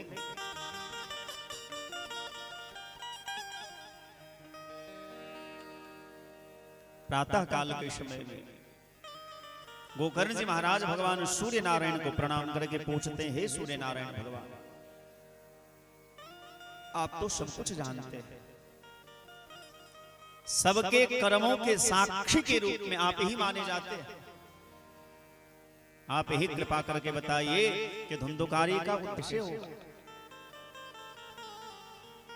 भगवान सूर्य नारायण ने कहा, श्रीमद्भागवतान मुक्ति सप्ताहम वाचनम कुरु। धुंधुकारी के उद्धार के लिए सप्ताह भागवत की कथा सुनाओ, सप्ताह भागवत की कथा सुनने से धुंधुकारी प्रेत योनि से उसको मुक्ति मिल जाएगी। गोकर्ण जी महाराज ने भगवान सूर्य नारायण की आज्ञा मान करके पूरे गांव वालों को इकट्ठा किया, धन संग्रह किया, धन संग्रह करके सार्वजनिक स्थान पर एक व्यास पीठ तैयार हुआ, उस व्यास पीठ पर तुलसी का बिरवा लगाया गया, सभी देवी देवताओं का आह्वान हुआ, व्यास पीठ तैयार हुआ। उस व्यास पीठ पर श्री गोकर्ण जी महाराज शुभ मुहूर्त में विराजमान हुए। उस पंडाल को बहुत सुंदर ढंग से सजाया गया, क्योंकि जहां कथा होती है वहां साक्षात भगवान लक्ष्मी नारायण का आगमन होता है, और जहां भगवान की कथा होती है केवल भगवान ही नहीं आते, भगवान के समस्त परिकर आते हैं, सभी महात्मा, सभी वेद, सभी पुराण, भले हमको आपको दिखाई न दे, लेकिन भगवान की विभूतियां जो है किसी न किसी रूप में यहां विराजमान है।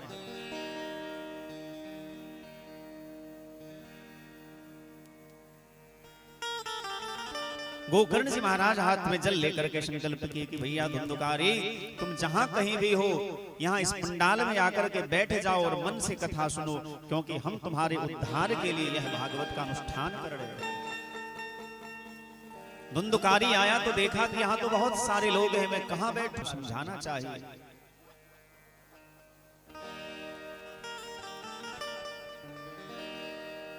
एक दिन की कथा जब पूरी हुई तो बांस का पहला गांठ फटा,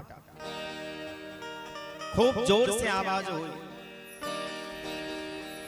दूसरे दिन की कथा जब पूरी हुई तो दूसरा गांठ, तीसरे दिन की कथा में तीसरा, चौथे दिन की कथा में चौथा, और इसी प्रकार से प्रत्येक दिन की कथा में एक एक बांस का गांठ फटता जा रहा था। और जब 7वें दिन की कथा पूरी हुई और जब श्री गोकर्ण जी महाराज ने भागवत जी की जयकार लगाई, बोलिए भागवत भगवान की जय, जैसे भागवत जी की जयकारा लगाई उसी समय बांस का 7 गांठ फटा और उस बांस के मध्य से श्री धुंधुकारी दिव्य रूप धारण करके प्रकट हुआ। दिव्य रूप धरो जातस्तुलसीदाम मंडिता, पीतवासो घनश्यामो मुकुटे कुंडलान्वितः। 7 दिन पहले जो धुंधुकारी प्रेत था वो दिव्य रूप धारण करके प्रकट हुआ, मानो कथा में साक्षात भगवान नारायण का अवतार हो गया। उनके माथे पर सुंदर मुकुट है, गले में वैजयंती माला है, पीतांबरी वस्त्र फहरा रहा है, कान में सुंदर कुंडल है, सुंदर तिलक धारण किए हुए, मानो साक्षात भगवान ही कथा में प्रकट होकर के हम भक्तों को दर्शन देने के लिए पधारे। और धुंधुकारी भागवत की प्रशंसा करने लगा, धन्या भागवती वार्ता प्रेत पीड़ा विनाशिनी। धन्य है ये भागवत की कथा जो मुझ जैसे प्रेत के दुख को भी दूर कर देगा। भैया जो इस संसार में जन्म लेकर के भी, मानव शरीर प्राप्त करके भी भागवत की कथा नहीं सुनता है, वो चंडाल है, उसको धिक्कार है। आजन्म मात्रमपि येन सठेन किंचित् चित्तं विधाय शुकशास्त्र कथा न पीता चांडालवद्वच्च खरवद्दतेन नीतं मिथ्या स्वजन्म जननी जनि दुःख भाजा। बोले जो मानव शरीर प्राप्त करके भगवान की कथा नहीं सुनता है वो चंडाल है, उसका जीवन सुअर के जैसा है, उसका जीवन कुत्ते के जैसा है, उसका जीवन ऊंट के जैसा है, उसका जीवन गधे के जैसा है। भगवान श्री सुखदेव स्वामी से किसी ने पूछा, आप महात्मा होकर के लोगों को इस प्रकार अनाप शनाप कह रहे? बोले हम नहीं कह रहे, एवं वदंति दिव्य देव समाज मुख्या, देवता लोग ऐसा कह रहे हैं कि देखो हम स्वर्ग के अधिकारी होकर के भी कथा नहीं सुन पाए, कथा से वंचित रह गए, और इन लोगों को कथा सुनने का अवसर यदि प्राप्त हुआ है तो ये कथा सुनते नहीं है। चांडालवद्वच्च खरवद्दतेन नीतं मिथ्या स्वजन्म जननी जनि दुःख भाजा। जो कथा श्रवण नहीं करता है उसका जीवन चंडाल के जैसा है, उसके जीवन को धिक्कार है। जब धुंधुकारी इस प्रकार से भागवत की महिमा कह रहे थे, उसी समय भगवान के पार्षद विमान लेकर के आए और पूरी सभा में धुंधुकारी के हाथ पकड़ करके विमान में बिठाने लगे कि चलिए अब आपका यहाँ कोई काम नहीं है, आपका उद्धार हो गया।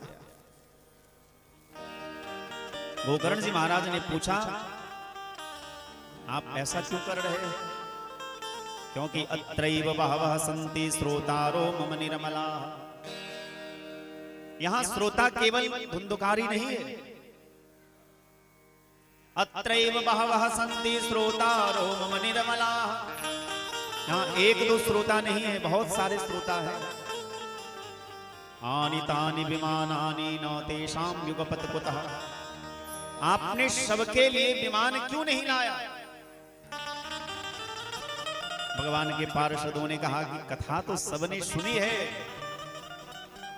लेकिन सभी श्रोताओं का मूल्य अलग अलग है, सबकी महिमा अलग अलग है। एक महात्मा किसी बाजार में चौराहे पर 2 पीतल की मूर्ति लेकर के बेच रहे थे और कह रहे थे एक का दाम 100 रुपया, एक का दाम 10,000 रुपया। लोगों को बड़ा आश्चर्य लगता था कि भैया ये दोनों पीतल की मूर्ति है, एक जैसे हैं दिखने में, नाक नक्शा सब एक जैसा है, फिर दाम में अंतर क्यों? एक बहुत सिद्ध कोटि के महात्मा उधर से जा रहे थे, उन्होंने देखा कि मूर्ति में कोई ना कोई अंतर तो है। एक सूता लेकर के उस मूर्ति के कान में दिया, एक सूत लेकर के मूर्ति के कान में दिया तो देखा कि इस कान में दिया और इस कान से वो सूत निकल गया। महात्मा ने कहा कि इस मूर्ति का दाम 100 रुपया। और दूसरी मूर्ति में एक सूत लेकर के दिए कान में, वो सूत इधर से निकला नहीं, वो इधर हृदय के भीतर चला गया। बोले इसका दाम 1000 रुपया। कथा तो सब सुनते हैं, लेकिन जो कथा सुन करके इस कान से सुने इस कान से निकाल दे, उसको बहुत अधिक लाभ नहीं होता।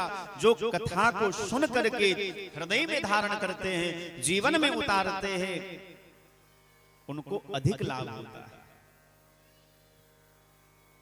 सभी श्रोता हाथ मलते रह गए कि भैया अब तो गाड़ी निकल गई तो घर से चला मुसाफिर।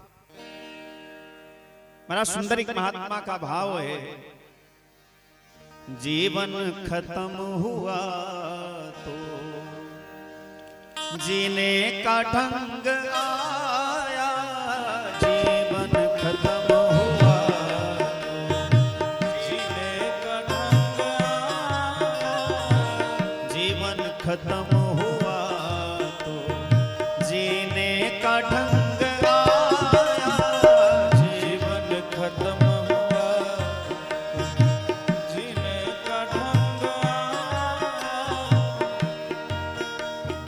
जब सम्मा बुझ गए तो, जब सम्मा बुझ गए तो, जब सम्मा बुझ गए तो, जब सम्मा बुझ गए तो मैं महफिल में रंग आया, जीवन खत्म हुआ तो जीने का ढंग आया, जीवन खत्म हुआ तो।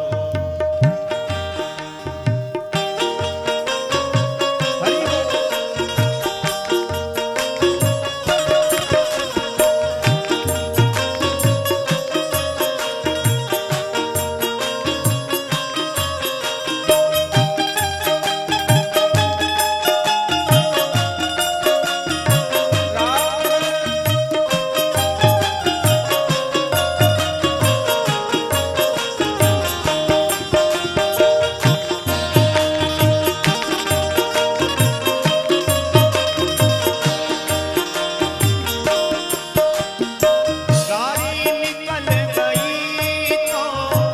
घर से चला मुसाफिर, गाड़ी निकल गई, घर से चला मुसाफिर, गाड़ी निकल गई तो घर से चला मुसाफिर, गाड़ी निकल गई तो घर से चला मुसाफिर, मायूस हाथ मलता, आयुष हाथ मलता, वापस बेरंग आया, जीवन खत्म हुआ तो जीने का ढंग आया, जीवन खत्म हुआ तो जीने का ढंग आया, जीवन खत्म हुआ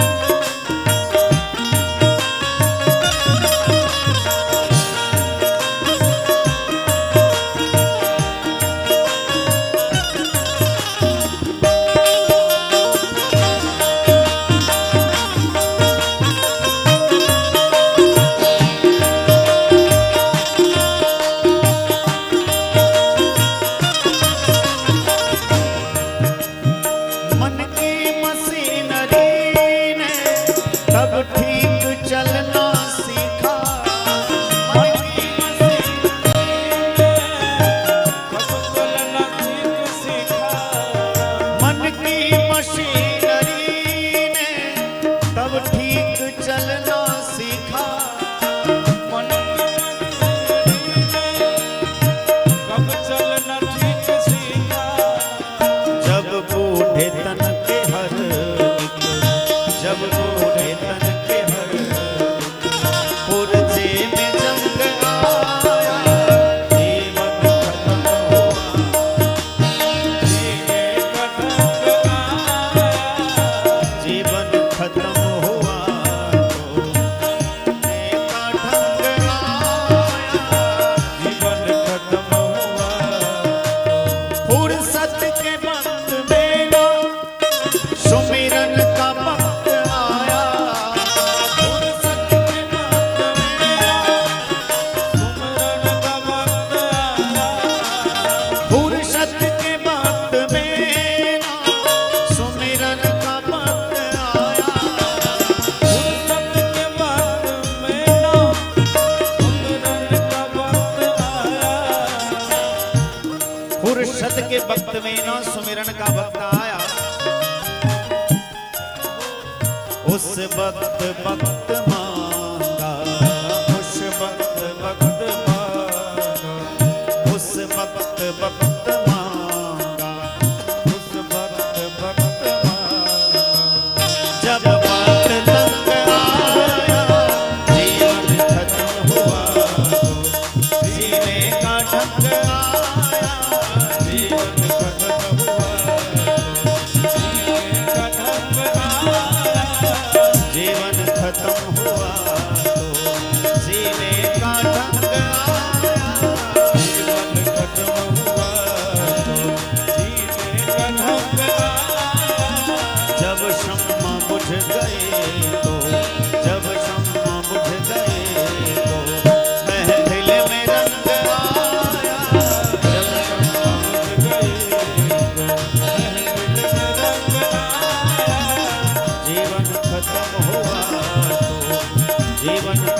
हुआ तो जीवन खत्म हुआ तो। बोलिए भक्तवत्सल भगवान की जय।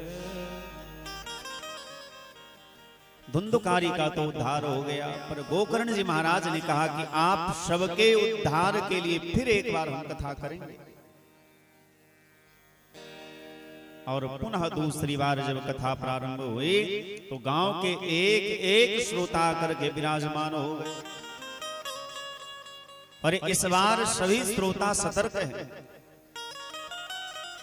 कोई अपने मन को इधर उधर नहीं भटकने दे रहे, सभी बड़े मनोयोग के साथ कथा श्रवण करते हैं।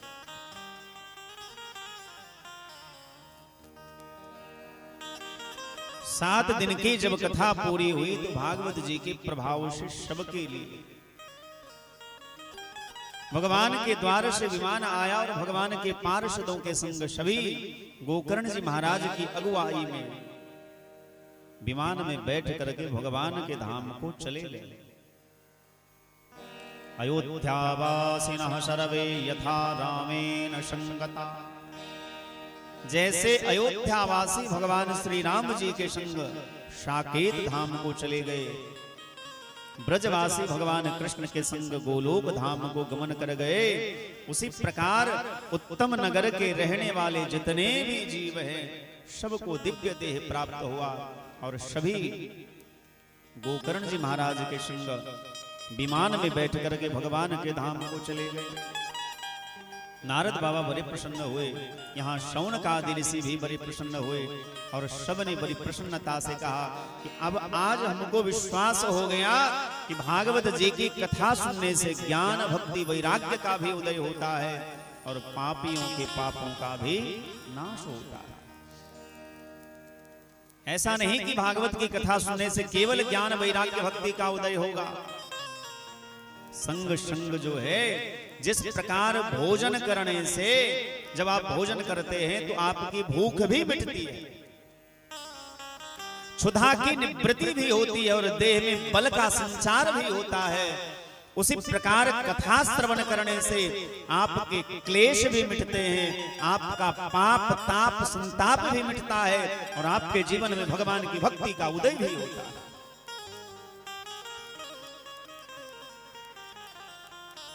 सूत जी महाराज से शौनक आदि ऋषि पूछते हैं, हे महात्मन कृपा करके बताइए कि यदि किसी को भागवत की कथा सुननी हो तो उसका विधान क्या है?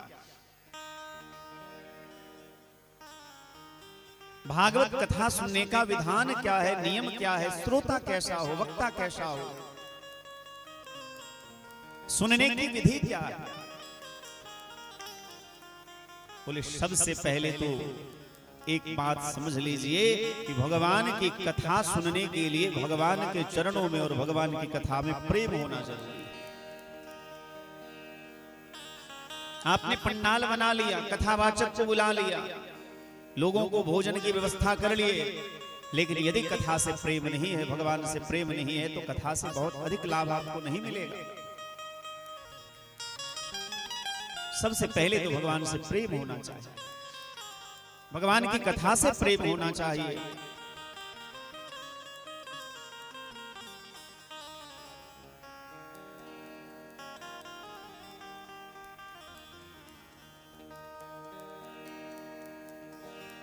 और एक योग्य विद्वान ब्राह्मण का वर्ण करना चाहिए।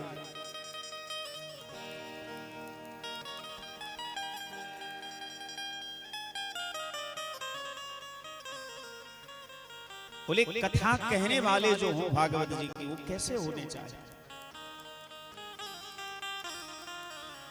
सबसे पहले वक्ता का चयन करना आवश्यक होता है। वक्ता कैसा होना चाहिए? बोले भागवत जी की कथा कहने वाले सबसे पहले तो वैष्णव होना चाहिए। भागवत जी की जो भी कथा कहें वो वैष्णव होने चाहिए। यदि कोई बहुत बड़ा विद्वान व्यक्ति है और अवैष्णव है, वैष्णव नहीं है, तो ऐसे अवैष्णव से कथा नहीं सुननी चाहिए।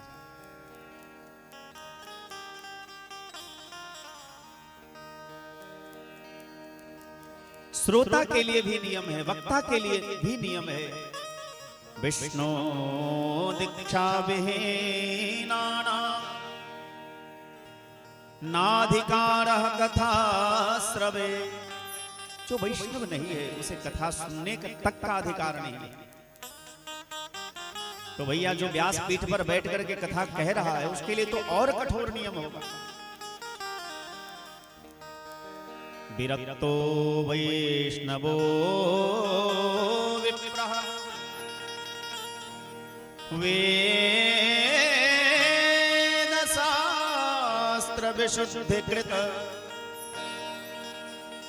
दृष्टांत कुशलो धीरो वक्ता कार्यो निष्प्रिय। बोले वक्ता कार्य जो है कथा वाचन किसको करना चाहिए? जो विरक्तो विरक्तो वैष्णवो विप्रः, विरक्त होना चाहिए, वैष्णव होना चाहिए और ब्राह्मण होना चाहिए, विप्र होना चाहिए। विरक्तो वैष्णवो विप्रः वेद शास्त्र विशुद्धिकृत।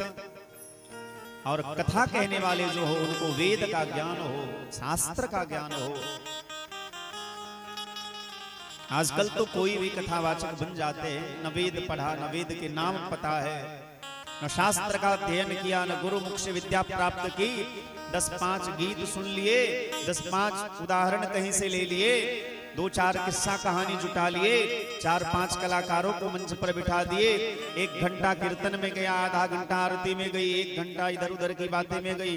बचा कितना? 10-5 मिनट भगवान की इधर से उधर की कथा अर्थ का अनर्थ कर देना। न श्रोता का कल्याण न वक्ता का कल्याण।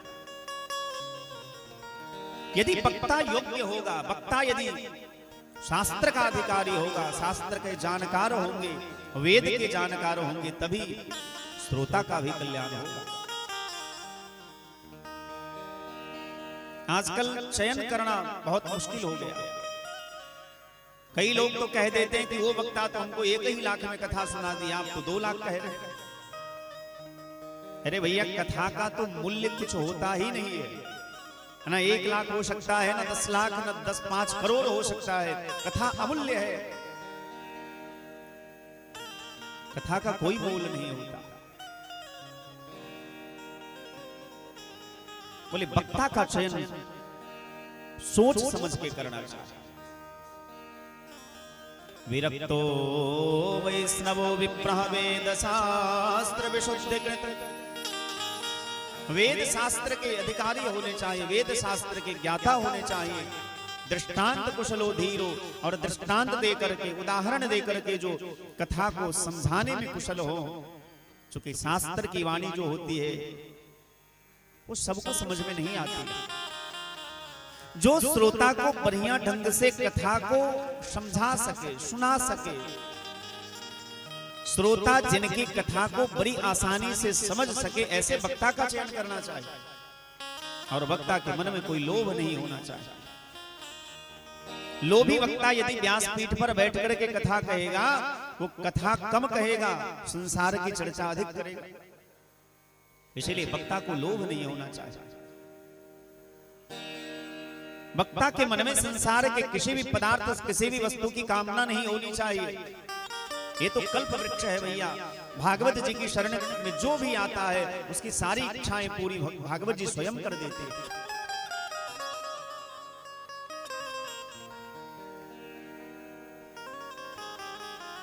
बोले वक्ता तो ऐसा हो, लेकिन श्रोता का विधान क्या? विष्णु दीक्षा विहीनानां नाधिकारः कथा श्रवे। बोले जो वैष्णव नहीं है उसको कथा सुनने का अधिकार नहीं है। अब आप यहां मन में विचार करेंगे कि व्यास जी हम भी तो वैष्णव नहीं है, हमारे गले में भी तुलसी की माला तो नहीं है, हमने गुरु मुख से दीक्षा प्राप्त नहीं की है। फिर क्या उन लोगों को कथा सुनने का अधिकार है? जिनके गले में तुलसी की माला नहीं है, जो उर्द पुंड तिलक धारण नहीं करते हैं, क्या उनको कथा सुनने का अधिकार है? दोनों बात है भी और नहीं भी।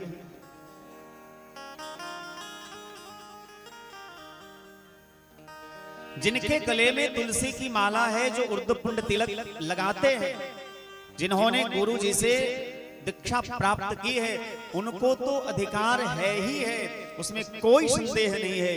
पर जिन्होंने गुरु जी से दीक्षा प्राप्त नहीं की है, जिन्होंने गुरु मंत्र नहीं लिया है, उनको है कि नहीं है, ये थोड़ा संदेहास्पद बात। अब वहां विचार करना पड़ेगा कि आप वैष्णव हैं कि नहीं है। चूंकि शास्त्र की आज्ञा तो यही है कि विष्णु दीक्षा विहीना नाम नाधिकार कथा श्रवे। जो वैष्णव नहीं है उसे कथा सुनने का अधिकार नहीं है। अब आपके गले में तुलसी की माला नहीं है, तिलक नहीं है, तो क्या कथा सुनने का अधिकार नहीं है? तब तो भैया यहाँ 10-5 श्रोता बच जाएंगे, बाकी सब ऐसे ही होंगे। इसका अर्थ यह है कि भले आप स्वरूप से वैष्णव ना हो, कोई बात नहीं, लेकिन स्वभाव से वैष्णव जरूर बनिए। और वैष्णव स्वभाव जो है, किसी के प्रति हिंसा नहीं करनी चाहिए।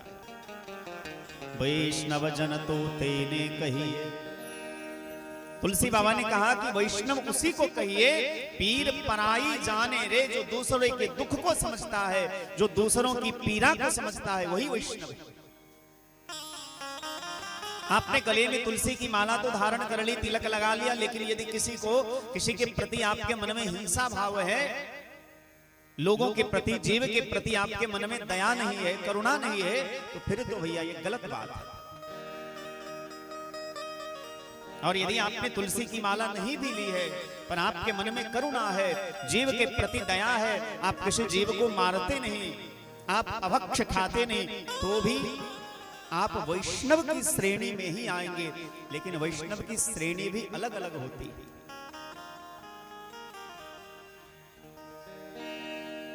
अब इसको ऐसे समझिए,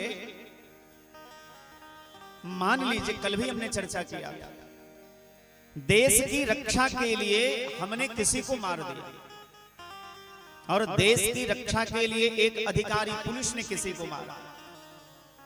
यदि पुलिस ने देश की रक्षा के लिए किसी को मारा, वो अपराध नहीं गिना जाएगा। लेकिन हम यदि ऐसा करते हैं तो कहीं ना कहीं अपराध अवश्य गिना जाएगा। उसी प्रकार गले में तुलसी की माला लेकर के, दीक्षा लेकर के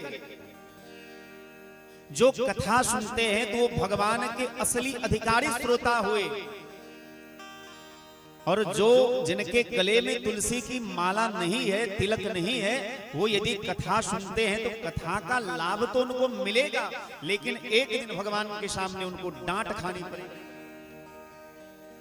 भगवान के दरबार में जब आपको खड़ा किया जाएगा तो आपको भगवान फटकारेंगे, क्यों भैया, तुमको तो बार बार बताया गया कि तुलसी की माला धारण करो, तुमने क्यों नहीं धारण किया? फिर तो आपको बहुत लाज आएगी। इसलिए भगवान के सामने आंख न झुकाना पड़े, सबको वैष्णव होकर के कथा सुने तो और अच्छी बात है।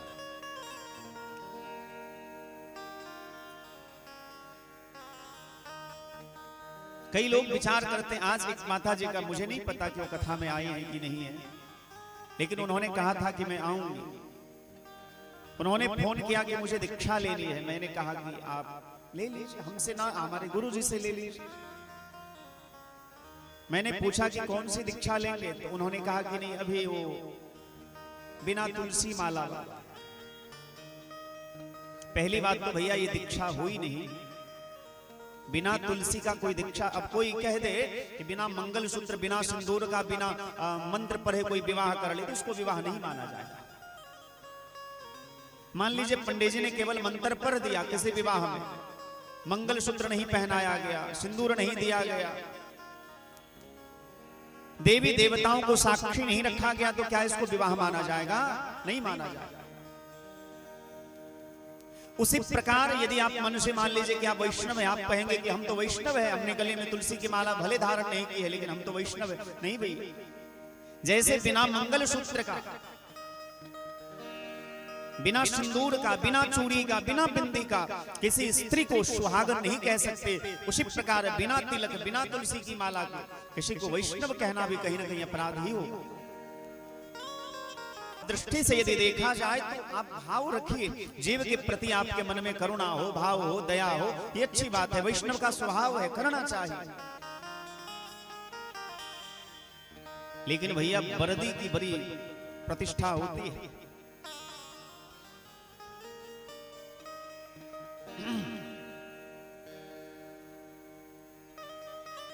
एक पदाधिकारी यदि वर्दी पहन करके कहीं जाता है तो उसकी अलग प्रतिष्ठा होती है, और बिना वर्दी का कोई कहीं पहुंच जाए तो भैया आप समझ सकते हैं। उसी प्रकार ये वर्दी है, वैष्णव का ये स्वरूप है, हमें जरूर धारण करना चाहिए। जब हम मरेंगे और हमारे माथे पर तिलक होगा, आप देखेंगे जब कोई मरता है तो उसके मुंह में गंगाजल और तुलसी दिया जाता है, उसे तिलक लगा दिया जाता है। क्यों? यदि यमदूत आएंगे और देखेंगे कि भैया इसके माथे पर तो ऊर्ध्वपुंड तिलक है, तो पहले यमदूत वहां से भाग जाएंगे, ये हमारा विभाग नहीं, ये भगवान का। इसलिए तिलक अवश्य धारण करनी चाहिए। लेकिन हम लोग विचार करते ही रहते हैं कि आज होंगे, कल होंगे, परसों होंगे, और भैया समय का कोई ठिकाना है नहीं, कौन आज है, कल है, परसों है, इसका कोई भरोसा नहीं है।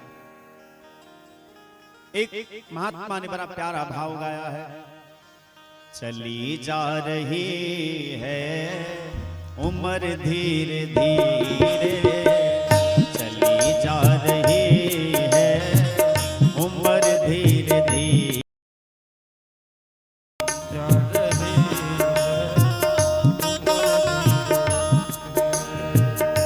पल पल ओ आठों पहर धीरे धीरे, पहर धीरे धीरे, पल पल ओ आठों धीरे धीरे, पहर धीरे धीरे, चली जा रही है उम्र धीरे धीरे, चली जा रही है उम्र धीरे धीरे।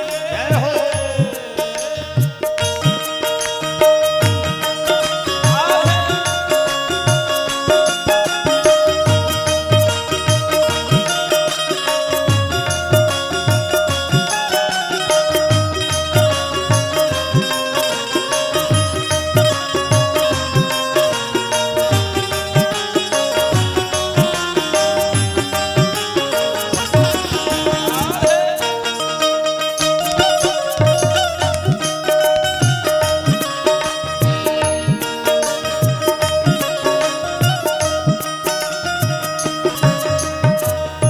महात्मा कहते हैं जैसे बचपन चला गया, जवानी आ गई, उसी प्रकार एक दिन जवानी भी समाप्त हो जाएगी, बुढ़ापा आ जाएगा।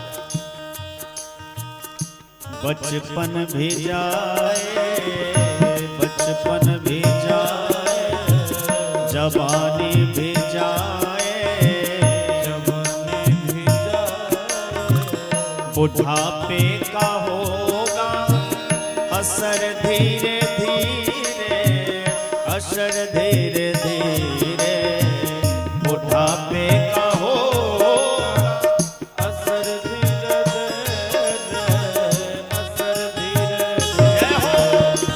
चली जा रही है उम्र धीरे धीरे, चली जा रही है उम्र धीरे धीरे, चली जा रही है उम्र धीरे धीरे, चली जा रही है उम्र धीरे धीरे। और जब बुढ़ापा आएगा तो धीरे धीरे हमारा हाथ पैर सब काम करना बंद कर देगा। तेरे हाथ पाँव में बल ना रहेगा, तेरे हाथ पाँव में बल ना रहेगा, तेरे हाथ पाँव में बल ना रहेगा, तेरे हाथ पाँव में झुकेगी तुम्हारी कमर धीरे धीरे, कमर धीरे धीरे, झुकेगी तुम्हारी कमर धीरे धीरे, कमर धीरे धीरे, चली जा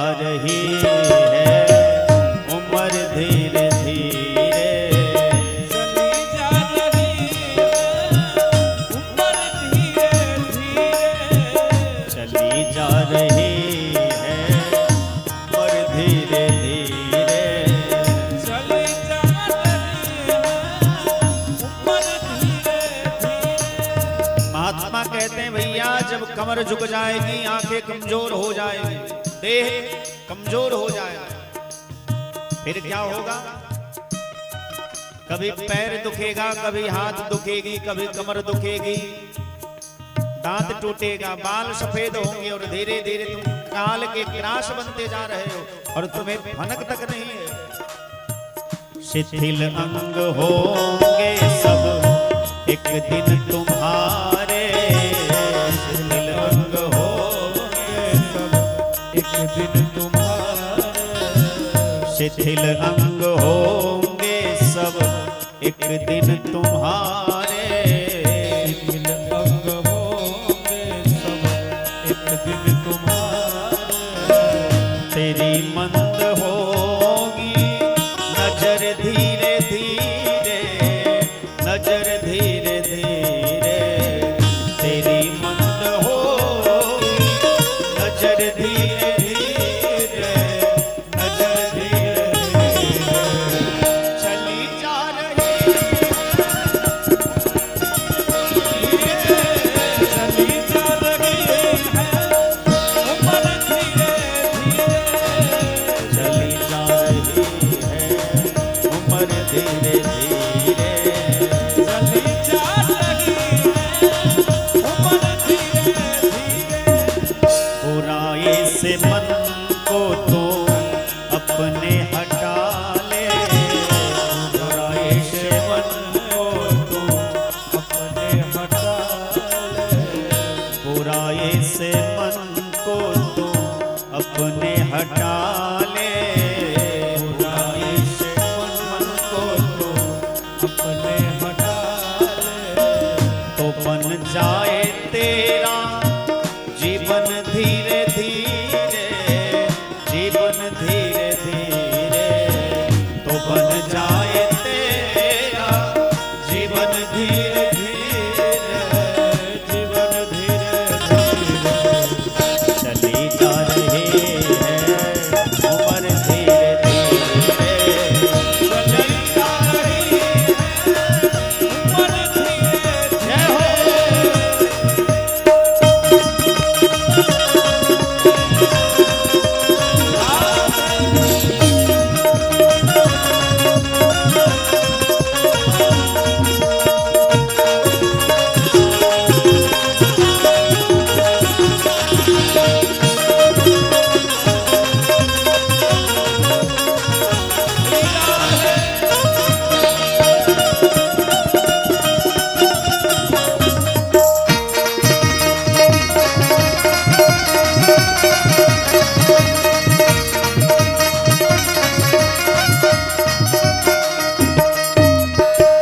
भजन कर हरि का तो पल पल वो प्यारे, भजन कर हरि का तो पल पल वो प्यारे, भजन कर हरि का पल पल वो प्यारे, भजन कर हरि का तो पल पल वो प्यारे, तो मिल जाएगा सजन धीरे धीरे, सजन धीरे धीरे, तो मिल जाएगा सजन धीरे धीरे, सजन धीरे धीरे, तो मिल जाएगा सजन धीरे धीरे, सजन धीरे धीरे, तो मिल जाएगा सजन धीरे धीरे। जय हो।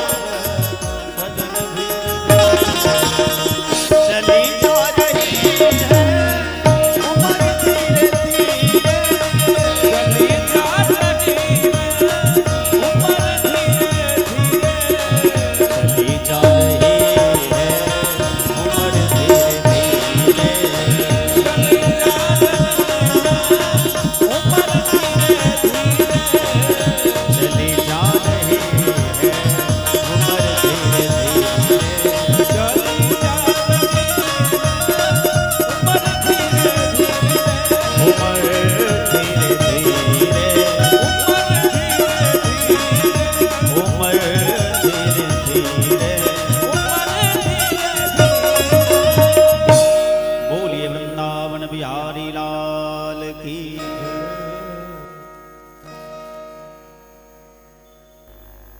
कल करना है सो आज कर ले, जो आज करना है सो अब कर ले।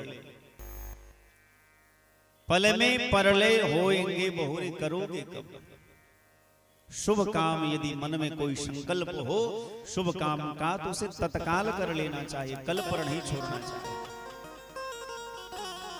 और एक बात लिख करके रखिए, जो ये कहता है कि हम कल कर लेंगे, समझियो लाइफ में कभी नहीं कर पाए। जिसने अपने कर्म को, अपने कर्तव्य को, शुभ कर्मों को कल के लिए छोड़ा, वो जीवन में कभी सफल हो ही नहीं सकता।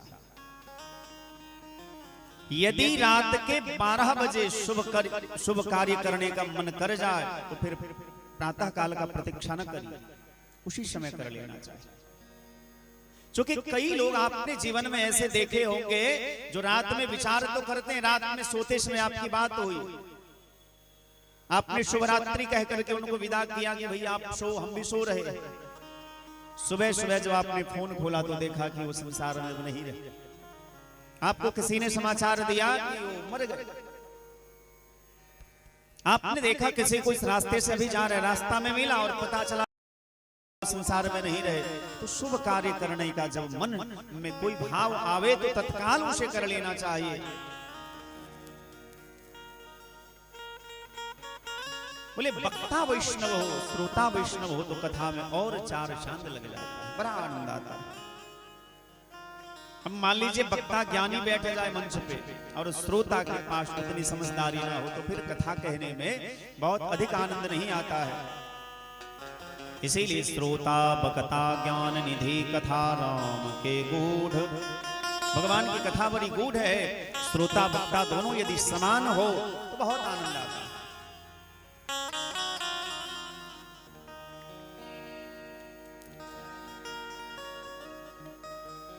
कथा का संकल्प लेकर के सबसे पहले सुंदर मंडप बनाना चाहिए और उस मंडप को बहुत सुंदर ढंग से सजाना चाहिए। केले के खंभ से, बंदनवार से, आम के पल्लवों से सजाना चाहिए, क्योंकि भगवान आएंगे। भागवत भगवान ही है, भगवान का आगमन होगा, इसलिए उसे सुंदर ढंग से मंडप को सजाना चाहिए। और उस मंडप पर सबसे ऊंच आसन एक होना चाहिए, ऊंचा आसन होना चाहिए।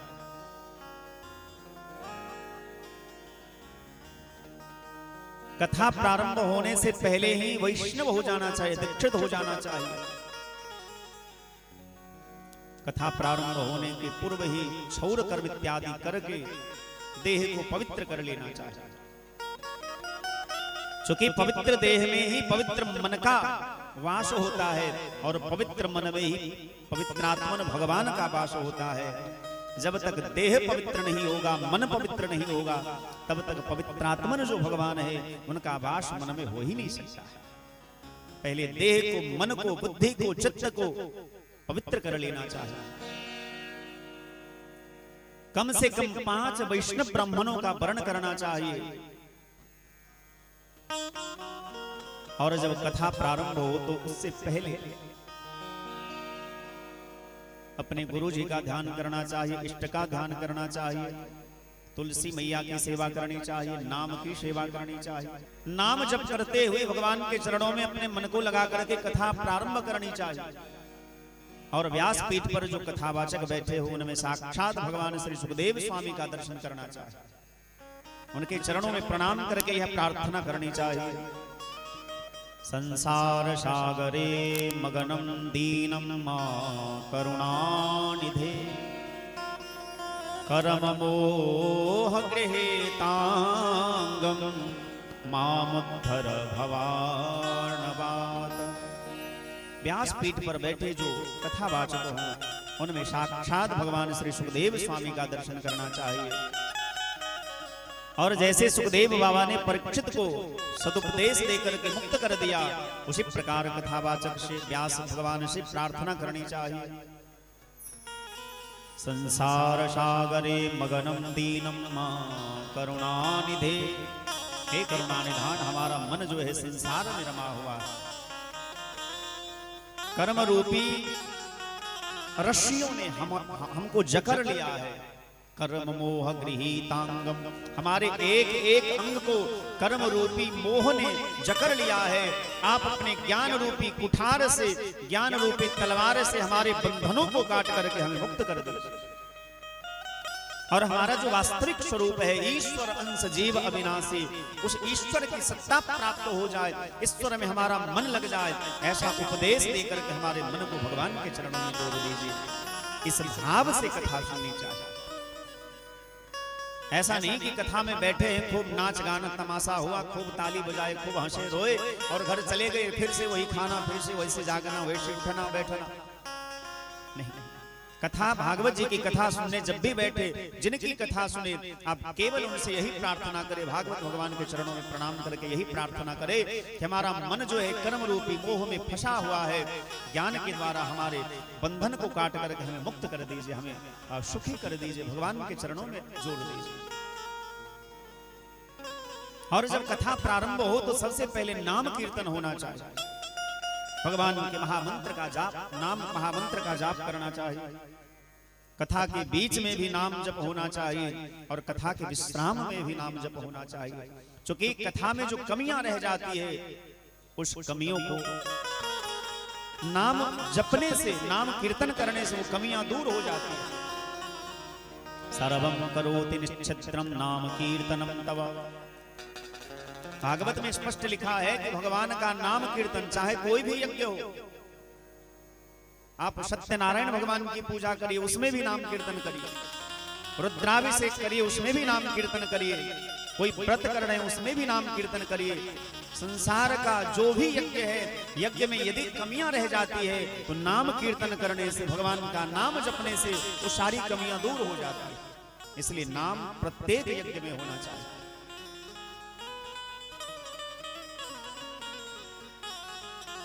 दो प्रहर कथा सुननी चाहिए प्रातःकालीन वेला में, और पुनः कुछ देर के लिए थोड़ा सा आहार लेकर के, थोड़ा विश्राम करके पुनः पवित्र होकर के संध्याकालीन वेला में कथा श्रवण करनी चाहिए। और 7 दिन की कथा में जितने भी उत्सव आते हैं, जैसे भगवान का जन्मोत्सव हो गया, विवाह उत्सव हो गया, 56 प्रकार के भगवान के लिए भोग तैयार करना, भगवान की लीलाओं को, उत्सवों को प्रेम से मनाना चाहिए।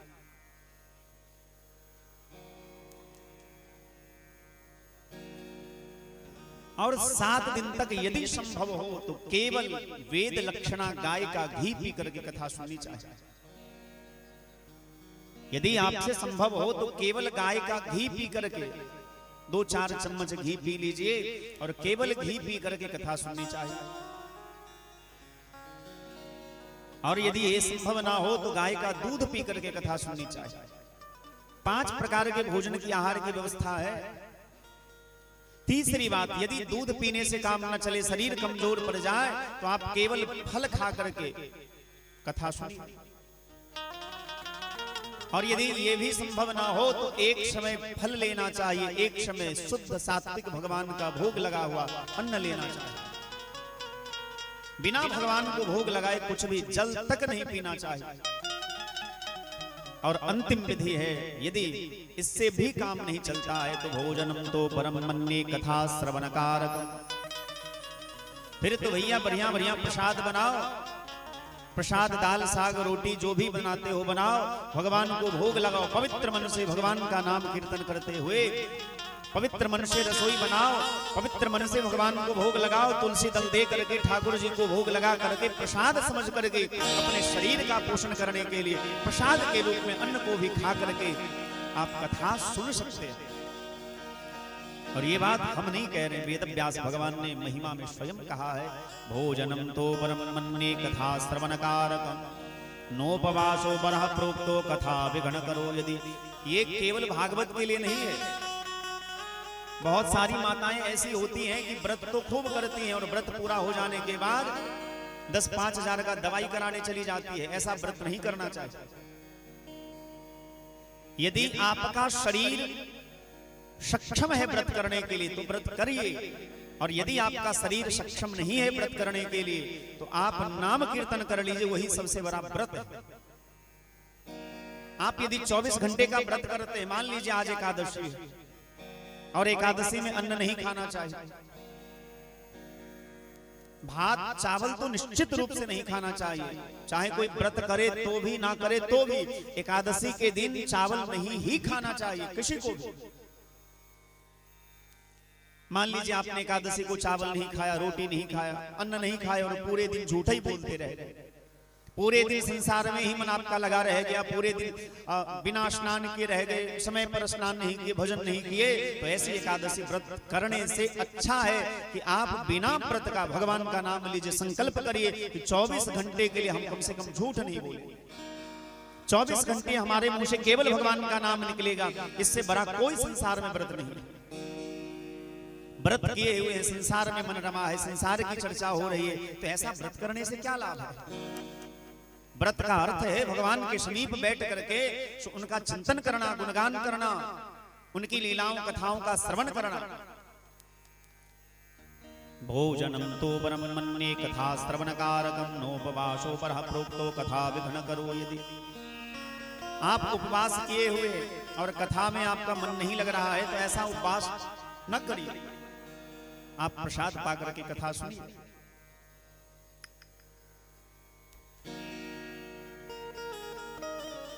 बोले इस सबका नियम क्या है?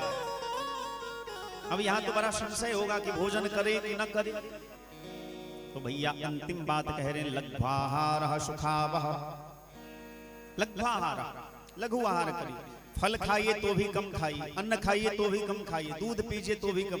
ऐसा नहीं कि आज उपवास में है तो खूब पेट भर भर के फलहार करें।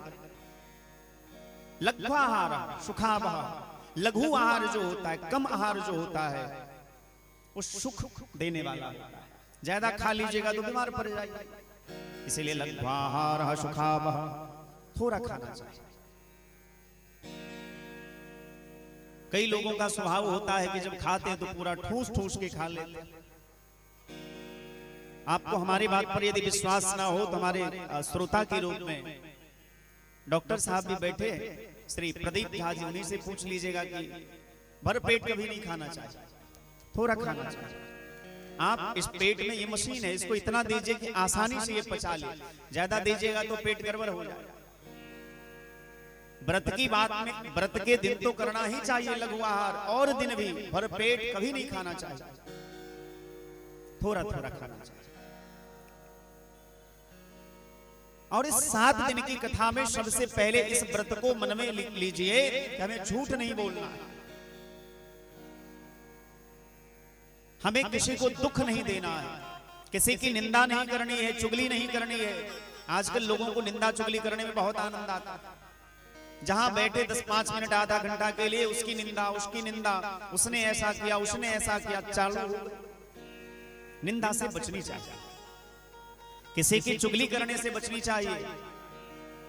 क्योंकि आप यदि किसी की निंदा कर रहे हैं, चाहे आपकी हम करें चाहे आप हमारी करें, तो आप यदि किसी की निंदा कर रहे हैं मतलब आप उसका पाप ले रहे हैं। हम जिसकी निंदा करते हैं आप उसका पाप ले रहे हैं, इसलिए कभी किसी की निंदा नहीं करनी चाहिए। भैया जो जैसा कर्म करेगा अपना ही भोगेगा, और कर्म का फल तो हर किसी को मिलता है, चाहे कथा मंच पर बैठ करके का फल तो भैया हर किसी को मिलता है। भगवान के दरबार में एक ही नियम है, जो जैसा करहि सो तस फल चाख, जो जैसा कर्म करेगा उसको वैसा फल चखना पड़ेगा। इसलिए काहे किसी की निंदा चुगली करके अपना दिमाग खराब करना, काहे किसी का पाप लेना। इन 7 दिन की कथा में बड़े नियम निष्ठा से, पवित्रता से कथा श्रवण करनी चाहिए। और 7 दिन की कथा जब पूरी हो जाए तो इसका दशांश हवन करना चाहिए, या तो द्वादशाक्षर मंत्र से, ओम नमो भगवते वासुदेवाय, इस द्वादशाक्षर मंत्र से हवन करना चाहिए, अथवा श्रीमद् भागवत महापुराण के 10वें स्कंद के एक श्लोक से हवन करना चाहिए। और यदि हवन करने का सामर्थ्य ना हो, क्योंकि हवन में भैया घी बहुत लगता है, चावल लगता है, जौ लगता है, तिल लगता है, और भी बहुत सारी, शक्कर है, मधु है। यदि हवन करने का सामर्थ्य ना हो तो आप हवन शाकल्य लेकर के, थोड़ा सा शाकल्य लेकर के किसी ऐसे ब्राह्मण को दान कर दीजिए जो ब्राह्मण प्रतिदिन हवन करते हो। हवन के उपरांत विष्णु सहस्त्र नाम का पाठ निश्चित रूप से श्रवण करनी चाहिए। यदि श्रोता विरक्त हो तो उन्हें केवल गीता का पाठ और विष्णु सहस्त्र नाम का पाठ श्रवण करना चाहिए, और श्रोता यदि गृहस्थ हो तो उन्हें निश्चित रूप से हवन करना चाहिए। कम से कम 12 वैष्णव ब्राह्मणों को मधुर भोजन कराना चाहिए।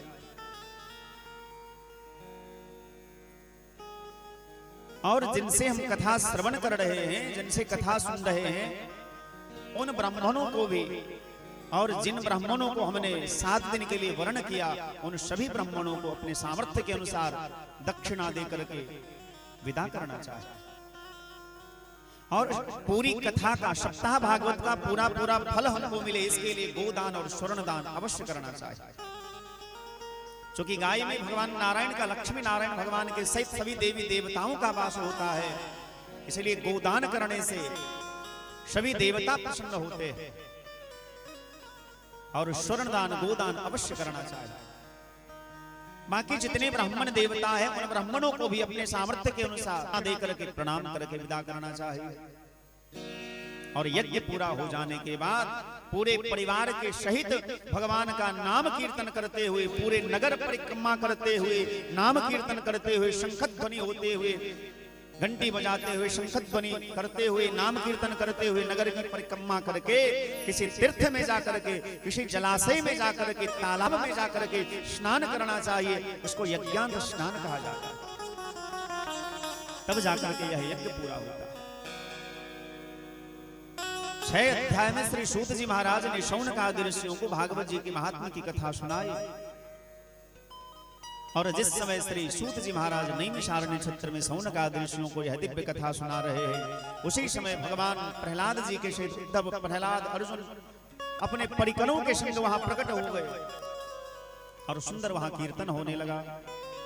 प्रहलादस्तालधारी तरलगततया चुद्धवः कांक्षधारी वीणाधारी सुरसिंह स्वरकुशलतया रागकर्तार्जुनो भू इंद्रो वादिन् मृदंगम जय जय शुकरे कीर्तने ते कुमारा यत्रागरे भावभक्ता सरसरचनया व्यासपुत्रो बभूव। बोलिए लक्ष्मी नारायण भगवान की जय। भगवान वहां अपने परिकरों को लेकर के प्रकट हुए। प्रहलाद जी भगवान के संग आए, अर्जुन जी संग आए, इंद्र आए, उद्धव आए, शनकादि ऋषि आए, सुखदेव बाबा आए और सुंदर कीर्तन होने लगा। आइए हम आप सभी प्रेम से कीर्तन गाएं। 10-5 मिनट कथा और चलेगी, उसके बाद वाणी को विश्राम दिया जाएगा। आइए प्रेम से सभी लोग नाम कीर्तन करें। जहां ले चलोगे वहीं मैं चलूंगा, जहां ले चलोगे वहीं मैं चलूंगा, जहां ले चलोगे वहीं मैं, जहां नाथ रख लोगे, जहां नाथ रख लोगे, जहां नाथ रख लोगे, जहां नाथ रख लोगे वहीं मैं रहूंगा, जहां ले चलोगे वहीं मैं चलूंगा, जहां ले चलोगे वहीं मैं चलूंगा। हरे कृष्णा कृष्णा कृष्णा हरे हरे, हरे राम राम राम हरे हरे, हरे कृष्णा कृष्णा कृष्णा हरे हरे, हरे राम जय हो।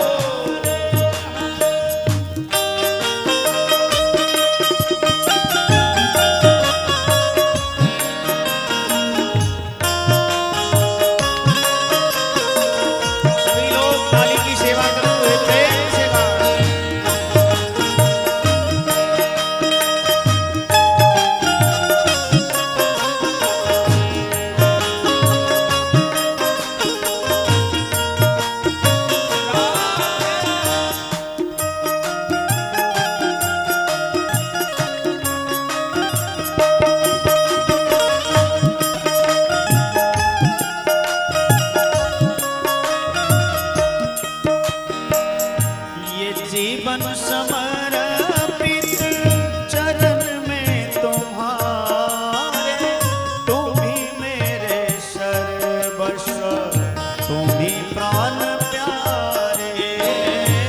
जीवन समर्पित चरण में तुम्हारे, तुम मेरे सर्वस्व, तुम ही प्राण प्यारे। ये जीवन समर्पित चरण में तुम्हारे, तुम ही मेरे सर्वस्व, तुम ही प्राण प्यारे। जीवन समर्पित चरण में तुम्हारे, तुम मेरे सर्वस्व, तुम ही प्राण प्यारे। तुम्हें छोड़ कर तुम्हें छोड़ कर मैं किससे कहूँगा, जहाँ ले चलोगे वहीं मैं चलूँगा, जहाँ ले चलो। जय हो।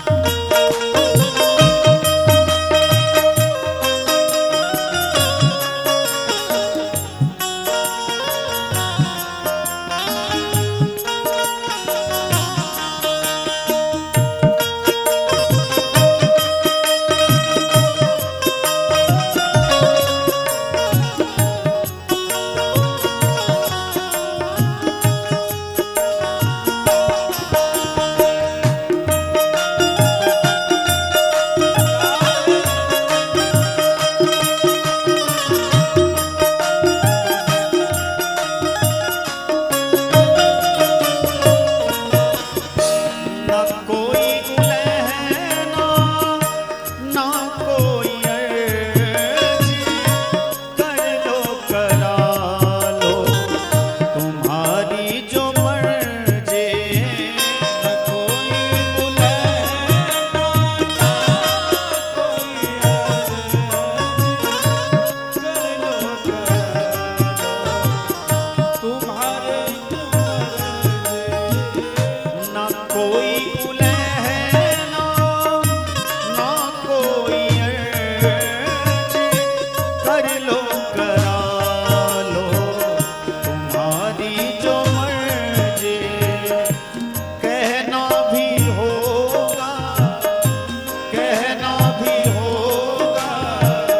तो तुमसे कहूँगा, जहाँ ले चलोगे वहीं मैं चलूँगा, जहाँ ले चलोगे वहीं मैं चलूँगा। हरि बोल।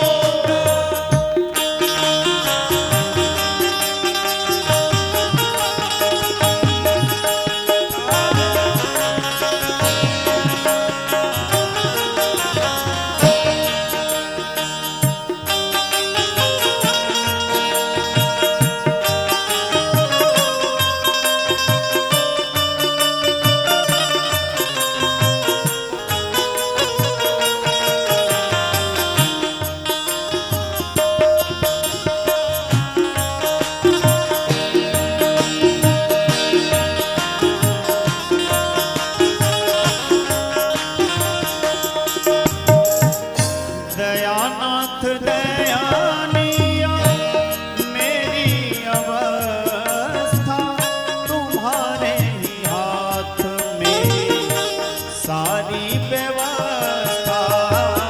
दयानाथ दयानिया मेरी अवस्था तुम्हारे ही हाथों में सारी व्यवस्था। दयानाथ दया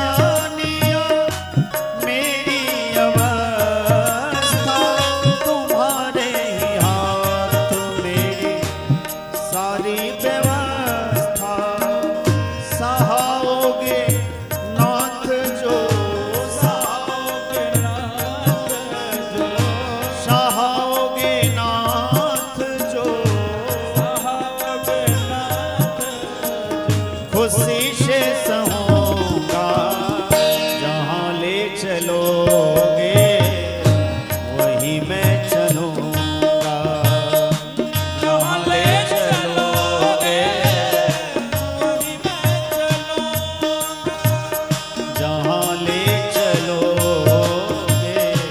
वहीं मैं चलूंगा जहाँ ले चलोगे वहीं मैं चलूंगा हरि बोल।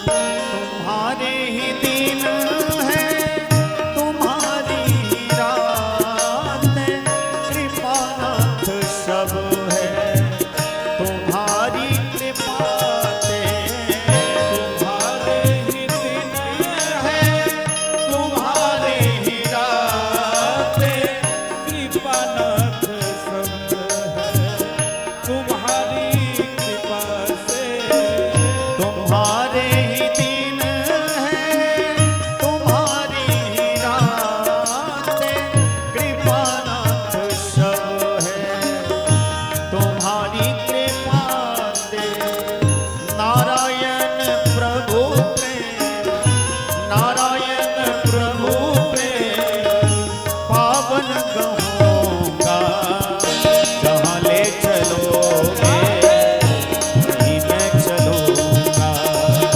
जहाँ ले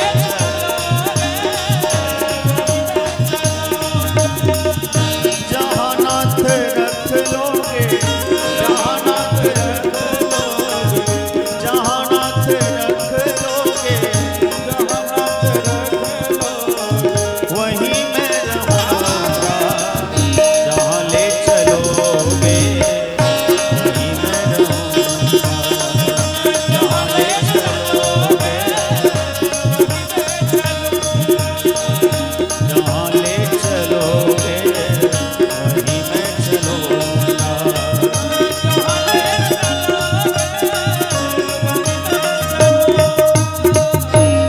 बोलिए वृंदावन बिहारी लाल की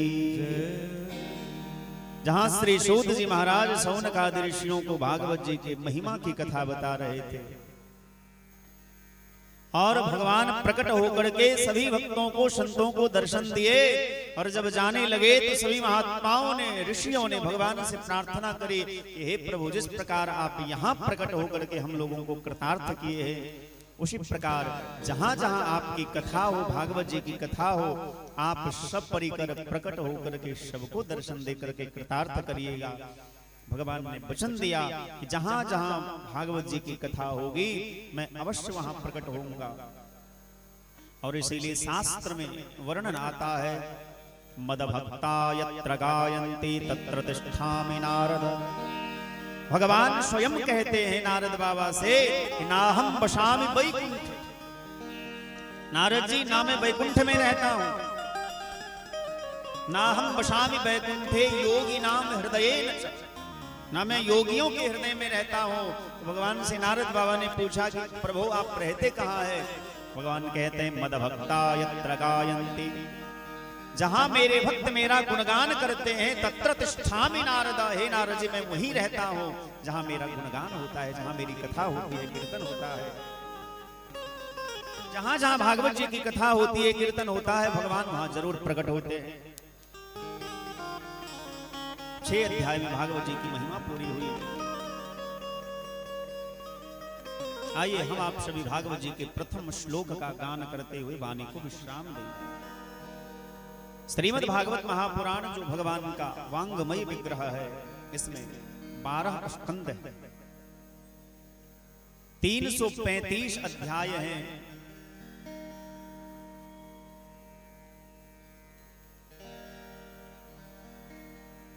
और 18,000 श्लोक है।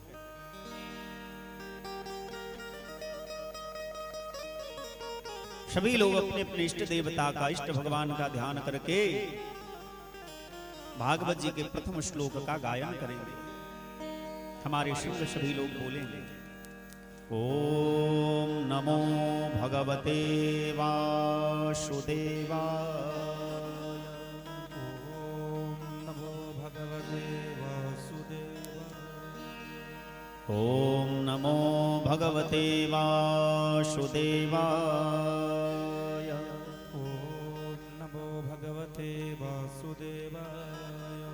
ओम नमो भगवते वासुदेवाय, ओम नमो भगवते वासुदेवाय, ओम श्री परमात्मने नमः, ओम जन्माद्यस्य यतोऽन्वयादितरतश्चार्थेष्वभिज्ञः तेने ब्रह्महृदाय आदिकवये मुह्यन्ति यतशूरयः, तेजो वारिमृदां यथा विनिमयो यत्र त्रिसर्गो मृषा, धाम्ना स्वेन सदा निरस्तकुहकं सत्यं परम धीमहि, सत्यं परम धीमहि, सत्यं परम धीमहि। बोलिए भागवत भगवान की। धर्मः प्रोज्झित कैतवोत्र परमो निरमत्सराणां शतां, वेद्यं वास्तवमत्र वस्तु शिवदम् आपत्रयो नमूलनम्। श्रीमद्भागवते महामुनिकृते किं वा परैरीश्वरः, सद्यो हृद्यवरुध्यते कृतभिः शुश्रूषुभिस्तच्छनात्। निगमकल्पतरोर्गलितं फलं शुकमुखात्, द्रवमृतसंयुतं पिबत भागवतं रसमालयम्। मुहुरहो रसिका भुवि भावुकाः। श्री वेदव्यास भगवान कहते हैं, जिन भगवान की कृपा से जन्मादि विकार होते, जन्मादिस्य यतोऽन्वयादितरतश्चार्थेष्वभिज्ञः स्वराट्, तेने ब्रह्म हृदय आदि कवये मुह्यन्ति यत सूरयः। ये संपूर्ण संसार जिन भगवान के अंश से प्रकट हुए हैं, ईश्वर अंश जीव अविनाशी, हम संसार के समस्त जीव उसी परमात्मा के अंश हैं। सभी देवी देवता चराचर जीव भगवान का ही अंश है। जन्माद्यस्य यतोऽन्वयादितरतश्चार्थेष्वभिज्ञः स्वराट्। और जो भगवान अपने प्रकाश से ही प्रकाशित हो रहे, मतलब जो भगवान साक्षात प्रकाश पुंज है, प्रकाश के स्वरूप है, और जिनकी लीला को बड़े बड़े देवता भी नहीं जान पाते हैं, तेने ब्रह्म हृदय आदि कवये मुह्यन्ति यत सूरयः। जिन भगवान ने सबसे पहले संसार का सृजन करने के पूर्व ब्रह्मा जी को अपने नाभि कमल से प्रकट किया, वो ब्रह्मा जी भी जिन भगवान की लीला को जान नहीं पाते हैं, मोहित हो जाते हैं, ऐसे जो भगवान हैं, सत्यम परम धीमहि, ऐसे सत्य का हम ध्यान करते हैं। वेदव्यास भगवान कहते हैं, श्रीमद् भागवत महापुराण में हम कपट रहित धर्म की व्याख्या कर रहे हैं। धर्मः प्रोज्झित कैतवोत्र परमो निरमत्सराणां शतां। मैं श्रीमद् भागवत महापुराण में कपट रहित धर्म की व्याख्या करने जा रहा हूं। चूंकि भैया धर्म की व्याख्या भी कई प्रकार की होती है, लोगों को रिझाने के लिए। कभी कभी ठकुर सुहाती जैसी बात करनी पड़ती है, लेकिन वेदव्यास भगवान कहते नहीं, मैं कपट रहित धर्म की व्याख्या करने जा रहा हूं। और ये इस धर्म का जो आख्यान है, धर्म की जो हम व्याख्या कर रहे हैं, इसको सुनने का अधिकार केवल इन मत्सरों को है, जिसके मन में किसी प्रकार का मत्सर नहीं है, द्वेष नहीं है, ऐसा व्यक्ति ही इस कथा को सुन सकता है। सद्यो हृदयवरुद्धते कृतभे शुश्रूषभित्तच्छना। जब हम भागवत सुनने की इच्छा प्रकट करते हैं, मन में भाव आता है कि हम भी भागवत कथा सुनेंगे, उसी समय भगवान उसके हृदय में आकर के अवरुद्ध हो जाते हैं, बैठ जाते हैं। ऐसे भागवत को जान लेने के बाद वेद्यम वास्तव मत्र वस्तु शिवदम तापत्रयोन्मूलनम, ऐसे भागवत धर्म को जान लेने के बाद तीनों प्रकार के जो ताप हैं, दैहिक, दैविक और भौतिक, त्रिविध ताप से मुक्ति मिल जाती है और उस जीव का कल्याण हो जाता है। ऐसा धर्म का जो आख्यान है भागवत, निगम कल्प तरोर गलितम फलम, निगम कहते हैं वेद को, नितराम गमयति, वेद का पका हुआ फल है भागवत। जिन भागवत रूपी फल को सबसे पहले सुखदेव स्वामी ने चखा और सुखदेव बाबा ने परीक्षित जी को यह फल चखाया। पिबत भागवतम रसमालयम मुहुरहो रसिका भुवि भावुका। हे रसिकों, हे भावुकों, कान खोल करके सुन लीजिए। जो रसिक हैं, जो भावुक हैं, जो कथा प्रेमी हैं, वेद व्यास भगवान कहते हैं उन्हें एक बार नहीं, 1000 बार नहीं, अनंत बार भागवत जी की कथा रूपी रस का पान करना चाहिए। मुहुरहो रसिका भुवि भावुका। ऐसे कथा का रसपान करने के लिए 88,000 ऋषियों ने एक योजना बनाई और नैमिषारण्य क्षेत्र में व्यासपीठ पर बैठे श्री सूत जी महाराज के समक्ष श्री शौनक आदि ऋषियों ने 6 प्रश्न किया। किम श्रेयः कः शास्त्र सारः कः स्वावतार प्रयोजन। जीव का कल्याण कैसे होगा, समस्त शास्त्रों का सार क्या है। तीसरा प्रश्न है, भगवान जब सामर्थ्यवान है, भगवान की इच्छा से ही सब कुछ होता है, तो फिर भगवान अवतार क्यों लेते हैं। चौथा प्रश्न है, भगवान के अवतार कितने हैं। पांचवा प्रश्न है, जीवन का उद्देश्य क्या है। हम आप सबको ये विचार करना चाहिए कि हमारे जीवन का उद्देश्य क्या है। हम कर्म तो कर रहे हैं, भाग तो रहे, पर हमें पता नहीं कि हम भाग कहां रहे। भागने से पहले निश्चित करना होता है कि हमें भाग करके जाना कहां है, दौड़ करके जाना कहां है, पहुंचना कहां है। यदि मंजिल का पता नहीं होगा तब आप पूरे दिन चलते रह जाएंगे, तो आप मंजिल पर कभी नहीं पहुंचेंगे। उसी प्रकार जीवन का उद्देश्य होना चाहिए कि हमें हमारे जीवन में ये करना है, एक मंजिल होनी चाहिए। तो जीवन का उद्देश्य क्या है, शास्त्र का सार क्या है, भगवान अवतार क्यों लेते हैं, भगवान के अवतार कितने हैं, जीव का कल्याण कैसे होगा। और अंतिम प्रश्न, भगवान जब लीला करके स्वधाम चले जाते हैं तो धर्म किसके शरण में जाता है। ये 6 प्रश्न श्री शौनक आदि ऋषियों ने सूत जी महाराज से किया और इसी 6 प्रश्न पर संपूर्ण भागवत की कथा टिकी हुई है। शेष कथा हम लोग कल श्रवण करेंगे, आज वाणी को यही विश्राम देते हैं। क्योंकि भैया हमने कल ही निवेदन किया था कि इस बार हम ज्यादा विलंब नहीं करेंगे। हाँ, 10-5 मिनट 20 मिनट कभी प्रसंग वसात उत्सव के कारण यदि लेट हो जाए तो अलग बात है, नहीं तो हम प्रयास करेंगे कि समय से कथा प्रारंभ हो और समय से विश्राम हो, आप लोगों को आने जाने में तकलीफ ना हो। 2 दिन की कथा आज पूरी हुई, कल हम लोग कथा श्रवण करेंगे। परीक्षित जी के जन्म की कथा, उनके श्राप की कथा कि परीक्षित जी कौन थे, किस वंश में उनका जन्म हुआ, किस प्रकार से उनको श्राप मिला और किस प्रकार से श्राप से मुक्ति के लिए, अपने जीवन के उद्धार के लिए परीक्षित जी महाराज सर्वस्व त्याग करके मां गंगा के पावन तट पर आकर के भगवान श्री सुखदेव स्वामी से भागवत जी की कथा का रसपान करते हैं।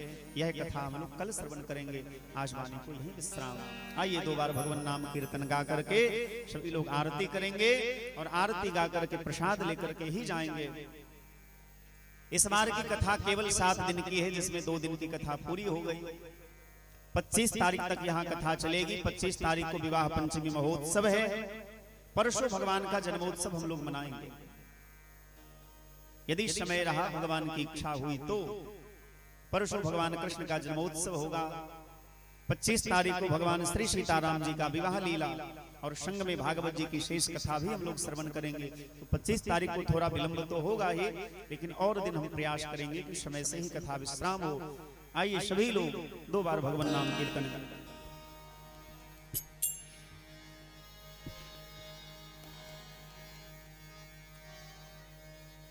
हरे कृष्ण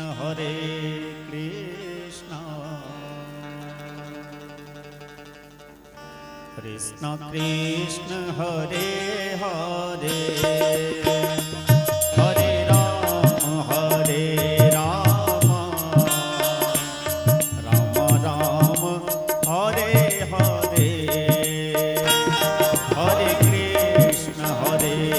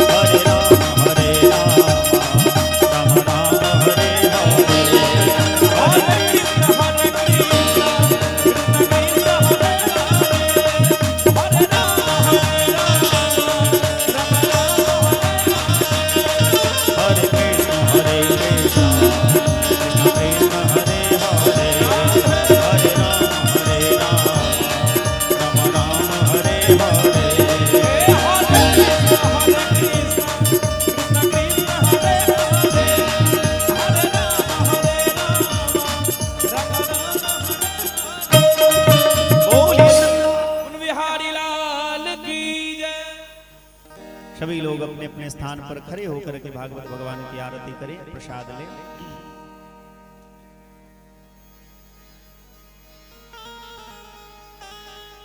बांके बिहारी तेरी आरती गाऊं, बांके बिहारी तेरी आरती गाऊं, श्याम सुंदर तेरी आरती गाऊं, श्याम सुंदर तेरी शेष मुकुट मकराकृत कुंडल, शेष मुकुट मकराकृत कुंडल, शेष मुकुट मकराकृत कुंडल, शेष मुकुट मकराकृत कुंडल, गले बैजंती माला शोभे, गले बैजंती माला शोभे, तेरी छवि पे प्यारे बलि बलि जाऊं, तेरी छवि पे प्यारे बलि बलि जाऊं, बांके बिहारी तेरी आरती गाऊं, बांके बिहारी तेरी आरती गाऊं, चरणों से निकली गंगा प्यारी,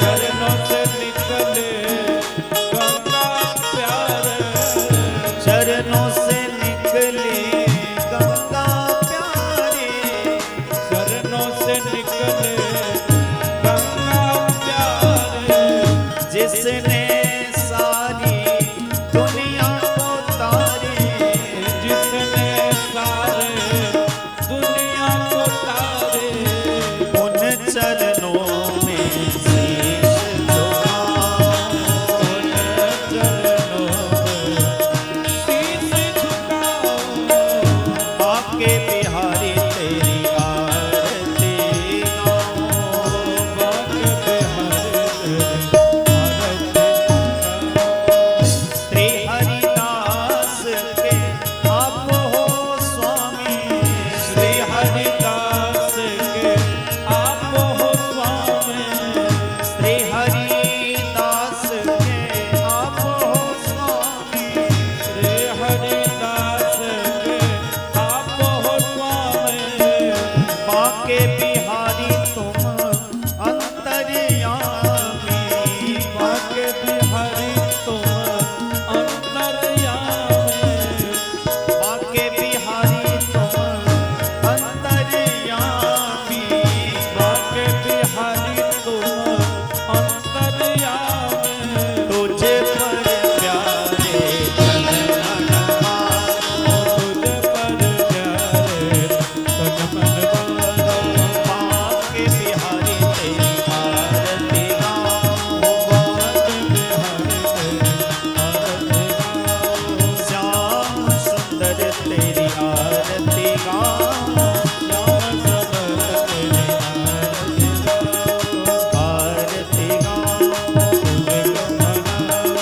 आरती गाऊं, आरती गाऊं, आरती गाऊं। ओम मां जगेन जगमय जन्त देवास्तानि धर्माणि प्रथमान्यासन्नादेहनागं महिमानः सचन्द चन्द्रभूमे सात्याः सन्ति देवाः नाना सुगन्धि पुष्पाणि यथा कालोद्भवानि च पुष्पाञ्जलिर्मया दत्ता गृहाणः परमेश्वर सुगन्ध सुगन्धित पुष्प है सुवर्ण सुबुद्धि सुजान पुष्पांजलि अर्पण करो हे देव करो स्वीकार। श्रीमद्भागवत महापुराण पुरुषोत्तमाय नमः। बोलिए भागवत भगवान की जय। श्री सीताराम भगवान की जय। श्री दुल्हा दुल्हिन सरकार की जय। श्री अयोध्या मिथिला धाम की जय। श्री पचाढ़े स्थान की जय। अपने अपने माता पिता की जय। अपने अपने गुरु गोविंद भगवान की जय। श्री पुजारी त्यागी बाबा की जय। श्री पुरगाहर सरकार की जय। श्री हनुमान जी महाराज की जय जय जय सीताराम जय जय राधे श्याम। ओम नमः पार्वती पतये हर हर महादेव। जय श्री राम। राधे राधे। सब गोटा प्रेम से कहे राधे राधे राधे राधे। जय सिया राम जय सिया राम। आओ आज सब गोटा कथा का दूसर पुष्प रसपान के लो डॉक्टर बाल व्यासवन दास महाराज जी को मुखार बिंद अपने सब गोटा साग्रह जे गोटा के कथा में आयल रहो सब गोटा के बहुत बहुत धन्यवाद साधुवाद नमन। और जे गोटा कथा